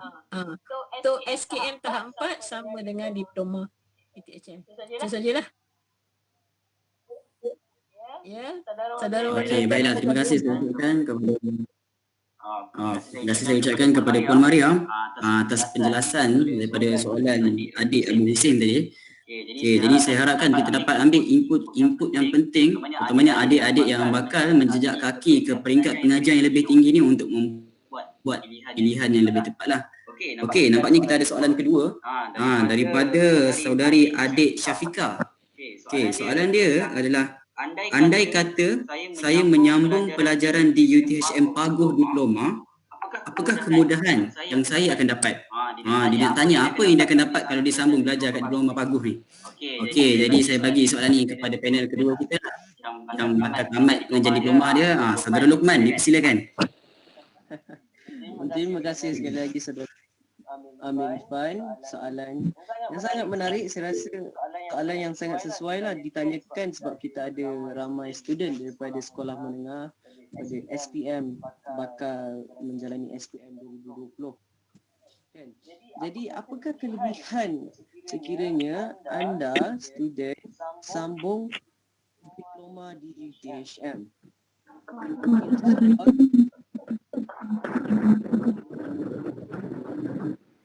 Okay. Sambung belajar di UTHM. First anda kena minat lah apa yang anda masuk kan. Paling penting teknikal. Yang kena sedar yang UTHM ni mesti teknikal. Kursus-kursus yang ditawarkan pun kursus teknikal. Yang pertama, macam yang Puan Mariam cakap tadi, sijil diploma di UTHM adalah diiktiraf. Okay. Jadi apabila anda dapat sijil diploma UTHM, boleh kerja dan sijil anda diiktiraf sebagai apa tadi saya terlepas Pak. Jadi itu satu yang paling penting. Dan yang kedua, diploma di UTHM kita lebih hands on. Benda apa yang kita belajar, kita akan banyak masuk lab, banyak buat training di real machine. Maksudnya kita akan buat betul-betul buat proses ini, kita akan buat di mesin yang besar, tangki yang besar. Contohnya saya belajar chemical kan, kami ada buat flow proses, kita akan belajar injap, kita akan belajar flow, berapa persen kita cut off untuk dapatkan ini. Jadi itu menyediakan kita untuk kerjaya kita nanti sekiranya anda memilih untuk berkerjaya di bidang teknikal. Di UTHM, mereka menyediakan anda semua ke arah tersebut. Itu kelebihan yang saya nampak sangat-sangat penting. Dan jika anda rasa okey lepas diploma nak kerja, okey anda bersedia. Itu sangat bagus. Dan seterusnya, seterusnya adalah saya rasa lecturer di UTHM tu sendiri sangat bagus. Sangat membimbing bagi saya. Saya tak pasti di universiti lain, tapi sekiranya di UTHM itu sendiri, saya sangat enjoy bersama lecturer, bersama tenaga pengajar yang matlamat utama mereka adalah membawa anda belajar ilmu dan perkara-perkara baru. Okey, itu saya rasa adalah antara perkara ataupun kelebihan-kelebihan diploma UTHM Paguh. Okey, baiklah. Terima kasih saya ucapkan kepada saudara Luqman ya telah menjelaskan tentang kelebihan yang ada di UTHM Paguh ni. Okey, jadi saya rasa saya setuju dengan pernyataan dia tentang universiti teknikal tadi, sebab setiap universiti dia ada kelebihan dia masing-masing. Alright. Jadi kita ada satu lagi soalan terakhir, tapi sebelum tu untuk saya memberi tahu kepada para pelajar yang menyertai slot kita pada petang ini di bahagian ruangan komen telah pun disertakan borang kehadiran program Talk Kenapa Diploma, yang mana ada link di bawahnya, boleh tekan link tersebut untuk isi kehadiran. Okey. Untuk pengetahuan semua, untuk pelajar-pelajar daripada sekolah menengah akan mendapat e-sijil, dan juga daripada pelajar baharu diploma akan mendapat SMAP. Alright, jadi kita teruskan dengan soalan, saya kira agaknya soalan terakhir lah daripada pelajar ni, iaitu daripada Muhammad Kamil. Okey. Bagaimana proses latihan industri itu lakukan selepas 4 semester belajar? Berapakah tempoh masa untuk mengikuti latihan industri, dan adakah kita sendiri arti yang menentukan tempat belajar bagi latihan industri?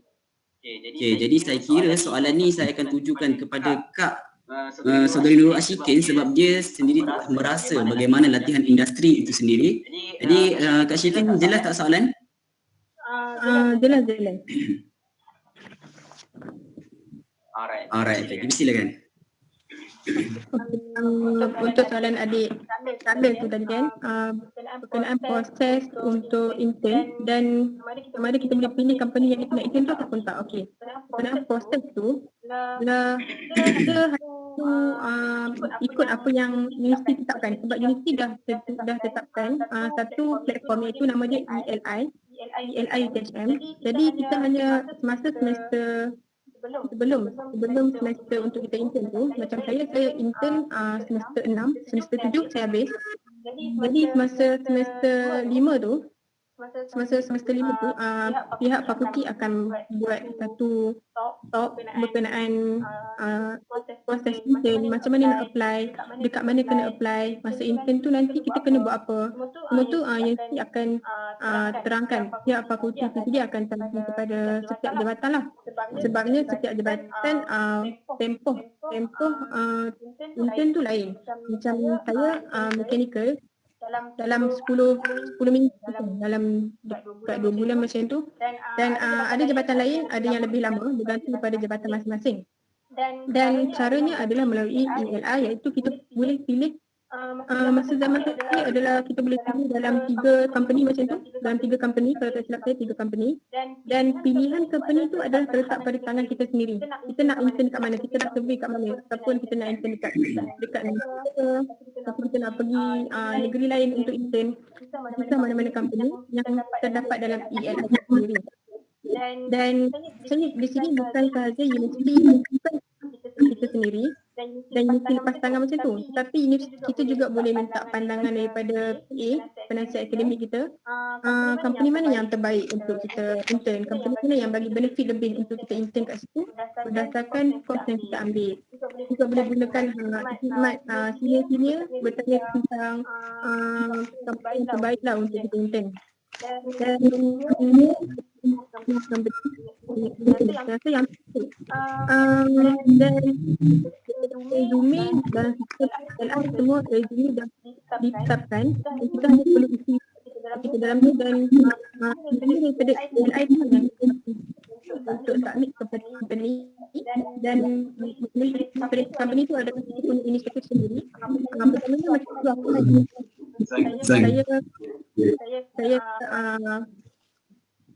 saya pilih company yang kita nak dalam 3 macam tu, dan kita call HR company tu sendiri untuk kita tanya dulu dalam bulan berapa mungkin tu, kita tanya boleh ada anak dan tak ada berapa lama tempoh yang boleh bagi, tempoh yang kita nak buat tu berapa lama, kalau dia cakap ada buku, dan kita hanya perlu submit resume melalui email company tu sendiri.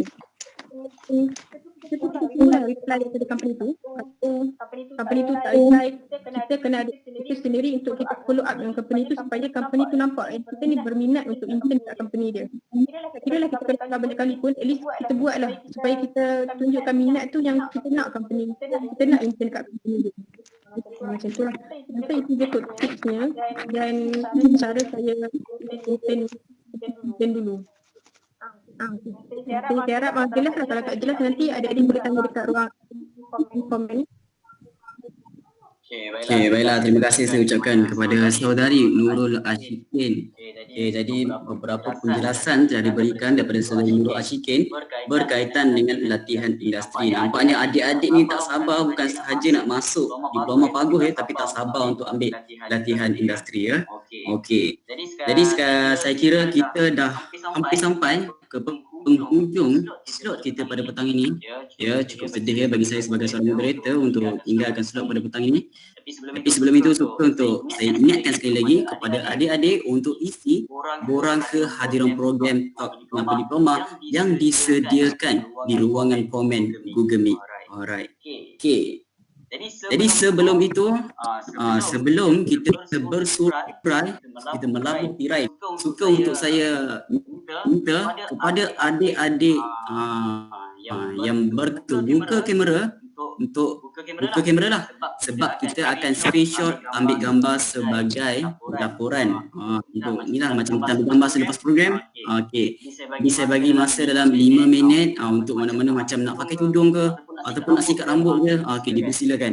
5 minit kita tunggu, lepas ni kita akan screenshot untuk ambil gambar. Okey, silakan ya. Okey, sambil kita tunggu ni, kita ada soalan sikit ni yang seorang lagi adik yang sama dia tanya berkaitan dengan allowance ataupun gaji. Masa LI ni ada allowance dan gaji ke? Saya rasa Kak Syikin boleh sambung jawab kot. Okey. Berkenaan allowance ni saya pun excited jugalah nak jawab. Okey, dia bergantung kepada company yang kita pilih pula. Masa kita call tanya dia punya HR tu, kita tanyalah ada tak allowance. Tanya je ada. Kalau nak tanya, kalau tak mampu kita tanyalah banyak mana allowance dia bagi kan. Ni masa akak tak tanya pun banyak mana. Jadi ada allowance, dah cukup dah kan. Berkenaan allowance ni maksudnya dia bergantung lah kepada company. Ada company yang ada bagi allowance, ada company yang tak ada bagi allowance. Dan kalau nak tahu juga lebih banyak, boleh tanya sini-sini yang lepas yang intern, company yang intern tu ada bagi allowance. Berkata kepada PA sebab kita ni lebih sayang dia lebih meluas kepada industri ni. Itu je. Okey, saya pun tak sabar ni nak dapat gaji ni. Siapa yang suka duit kan? Okey. Jadi kita masih lagi tunggu beberapa pelajar yang mungkin akan buka kamera. Jadi saya mintalah mana-mana yang mampu untuk buka kamera sebab kita nak screenshot gambar ya.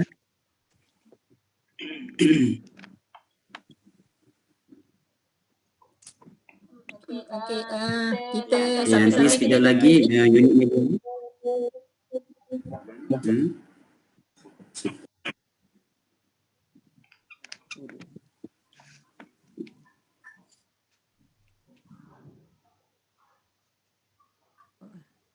Dah nampak muka handsome.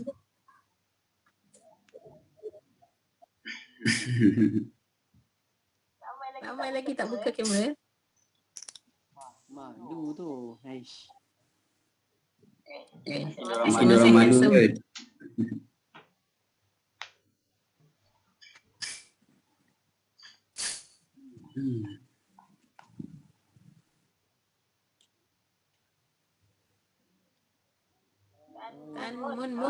Tan Mun ada.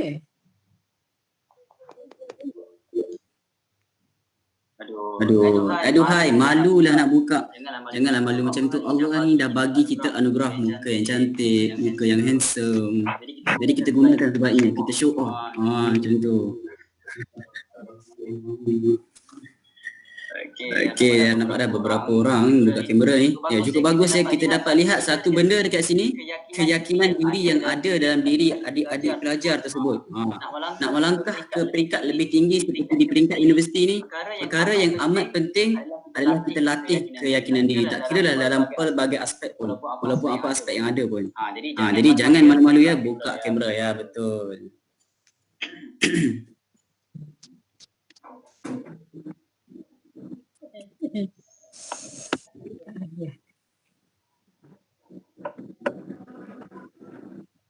Dalam 3.56 kita akan ambil. Jadi seminit lagi. Jangan risau. Lagipun kita tamat hari ni pukul 4. Jadi kita ada lagi 4 minit ya.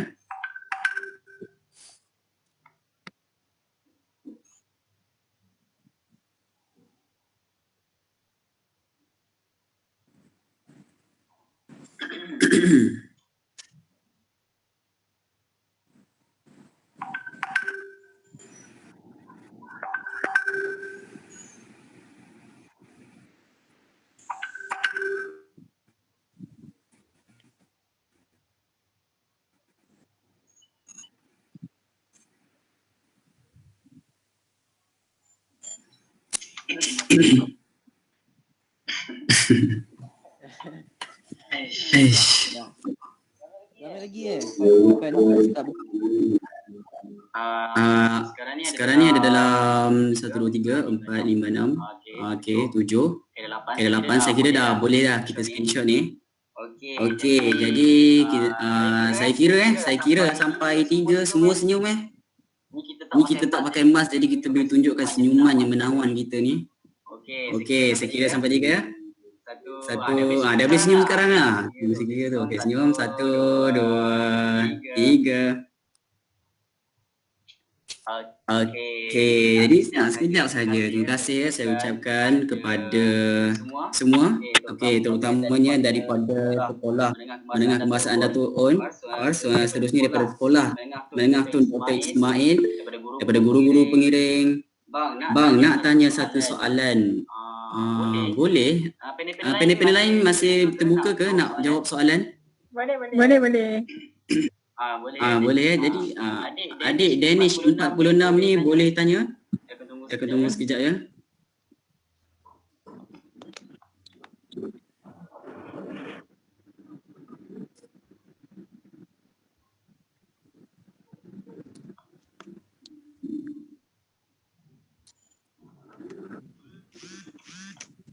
Kita tunggu sekejap, mungkin dia tengah type kemungkinan. Itu sudah daripada adik Danish ataupun nak pakai voice pun boleh.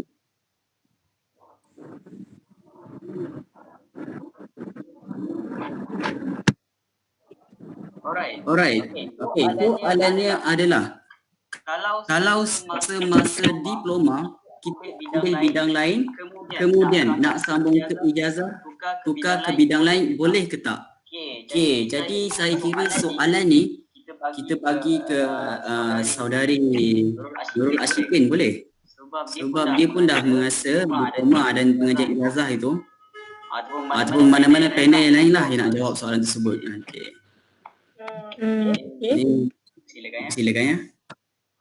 Okey, sebenarnya soalan tu jawapan dia adalah boleh. Boleh je kita nak sambung dalam bidang apa sekalipun. Rasa boleh lah. Nak anggurai panjang tu macam mana? Boleh. Sebenarnya macam ni. Sebenarnya saya masuk sikit. Sebenarnya begini. Okey. Silakan. Dia ada step-step dia. Macam contoh, adik daripada electrical, tiba-tiba adik nak masuk ke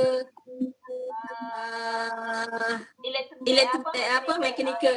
Itu memang jangan, tak boleh. Sebab tak boleh, sebab itu mempunyai bidang yang khusus. Tapi kalau adik daripada electrical, adik nak masuk ke FPTV, technical dan vocational, nak jadi pensyarah, nak jadi cikgu, technical, sekolah-sekolah sains, sekolah vocational, boleh. Yang tu boleh. Okey. Saya bagi macam ni. Okey. Bila adik dalam bidang IT, okey, bidang IT, base-nya IT, diploma IT, apa yang adik boleh pergi? Adik boleh pergi FPTP, tau. Pengurusan. Okey, adik boleh pergi FPTV, vocational dan technical. Adik boleh pergi FSKTM, masuk IT juga. Yang tu adik boleh pergi. Okey. Adik boleh pergi FKE. Jangan terkejut. Adik boleh pergi FKE juga, tetapi ambil sains kejuruteraan komputer. Boleh Bukan tak boleh? Boleh. Tetapi pastikan SPM tu ada matematik tambahan. That is a requirement. Okay. Dia banyak agak fleksibel. Tapi macam Pak Syiki, dia adalah mechanical. So pilihan dia hanya 2 saja. 3. Syiki boleh pergi ke IT juga kalau dia nak. Dia boleh pergi ke FPTV dan dia boleh pergi ke pengurusan. Okey, tapi Singkin jangan pergi ke elektrikal. Yang kita boleh. Jangan pergi ke yang agak jagalah di ruang lingkup tu.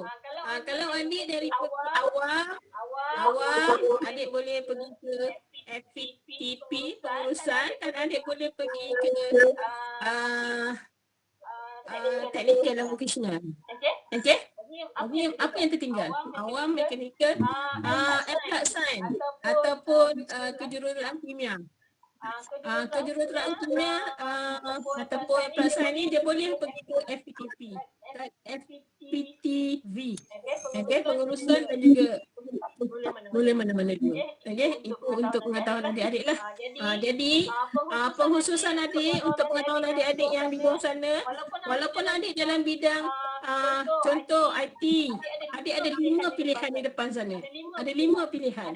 Adik nak masuk network, adik nak masuk multimedia, adik nak masuk IT juga, adik nak masuk ada banyak pilihan adik. Adik boleh tengok balik di ruang daripada diploma, kata diploma elektrikal, ada 2 pilihan di sana. Adik dipabuti lah. So adik boleh tengok ruang web untuk adik menentukan pengkhususan masa degree nanti. InsyaAllah itu saja. Okey, baiklah, terima kasih saya ucapkan kepada Puan Mariam. Jadi saya harap soalan yang diberikan oleh saudara adik Danish 4 ke 6 terjawablah. Jadi saya kira sudah tiada soalan daripada sama-sama adik Danish 46. Okey. Jadi sekali lagi saya nak ucapkan terima kasih kepada Sekolah Menengah Kebangsaan Dato' On, Sekolah Menengah Kebangsaan Tun Dr. Ismail dan juga guru-guru pengintai yang turut sama hadir minta slot kita pada petang ini. Dan tidak lupa juga untuk saya ucapkan ribuan terima kasih kepada panel kita yang cukup istimewa pada hari ini, iaitu Puan Mariam binti Abdul Hamid, kepada saudari Nurul Ashikin Razali dan juga kepada saudara Muhammad Luqman Nur Hakim bin Muhammad Nur. Okey. Jadi saya kira setakat itu sahaja untuk pada petang ini. Jadi saya sebagai moderator Amir Irfan bin Ghaffar ingin mengucapkan ribuan terima kasih dan minta maaf sekiranya ada tersalah tutur dan bicara. Jadi saya kira itu sahaja. Terima kasih. Terima kasih.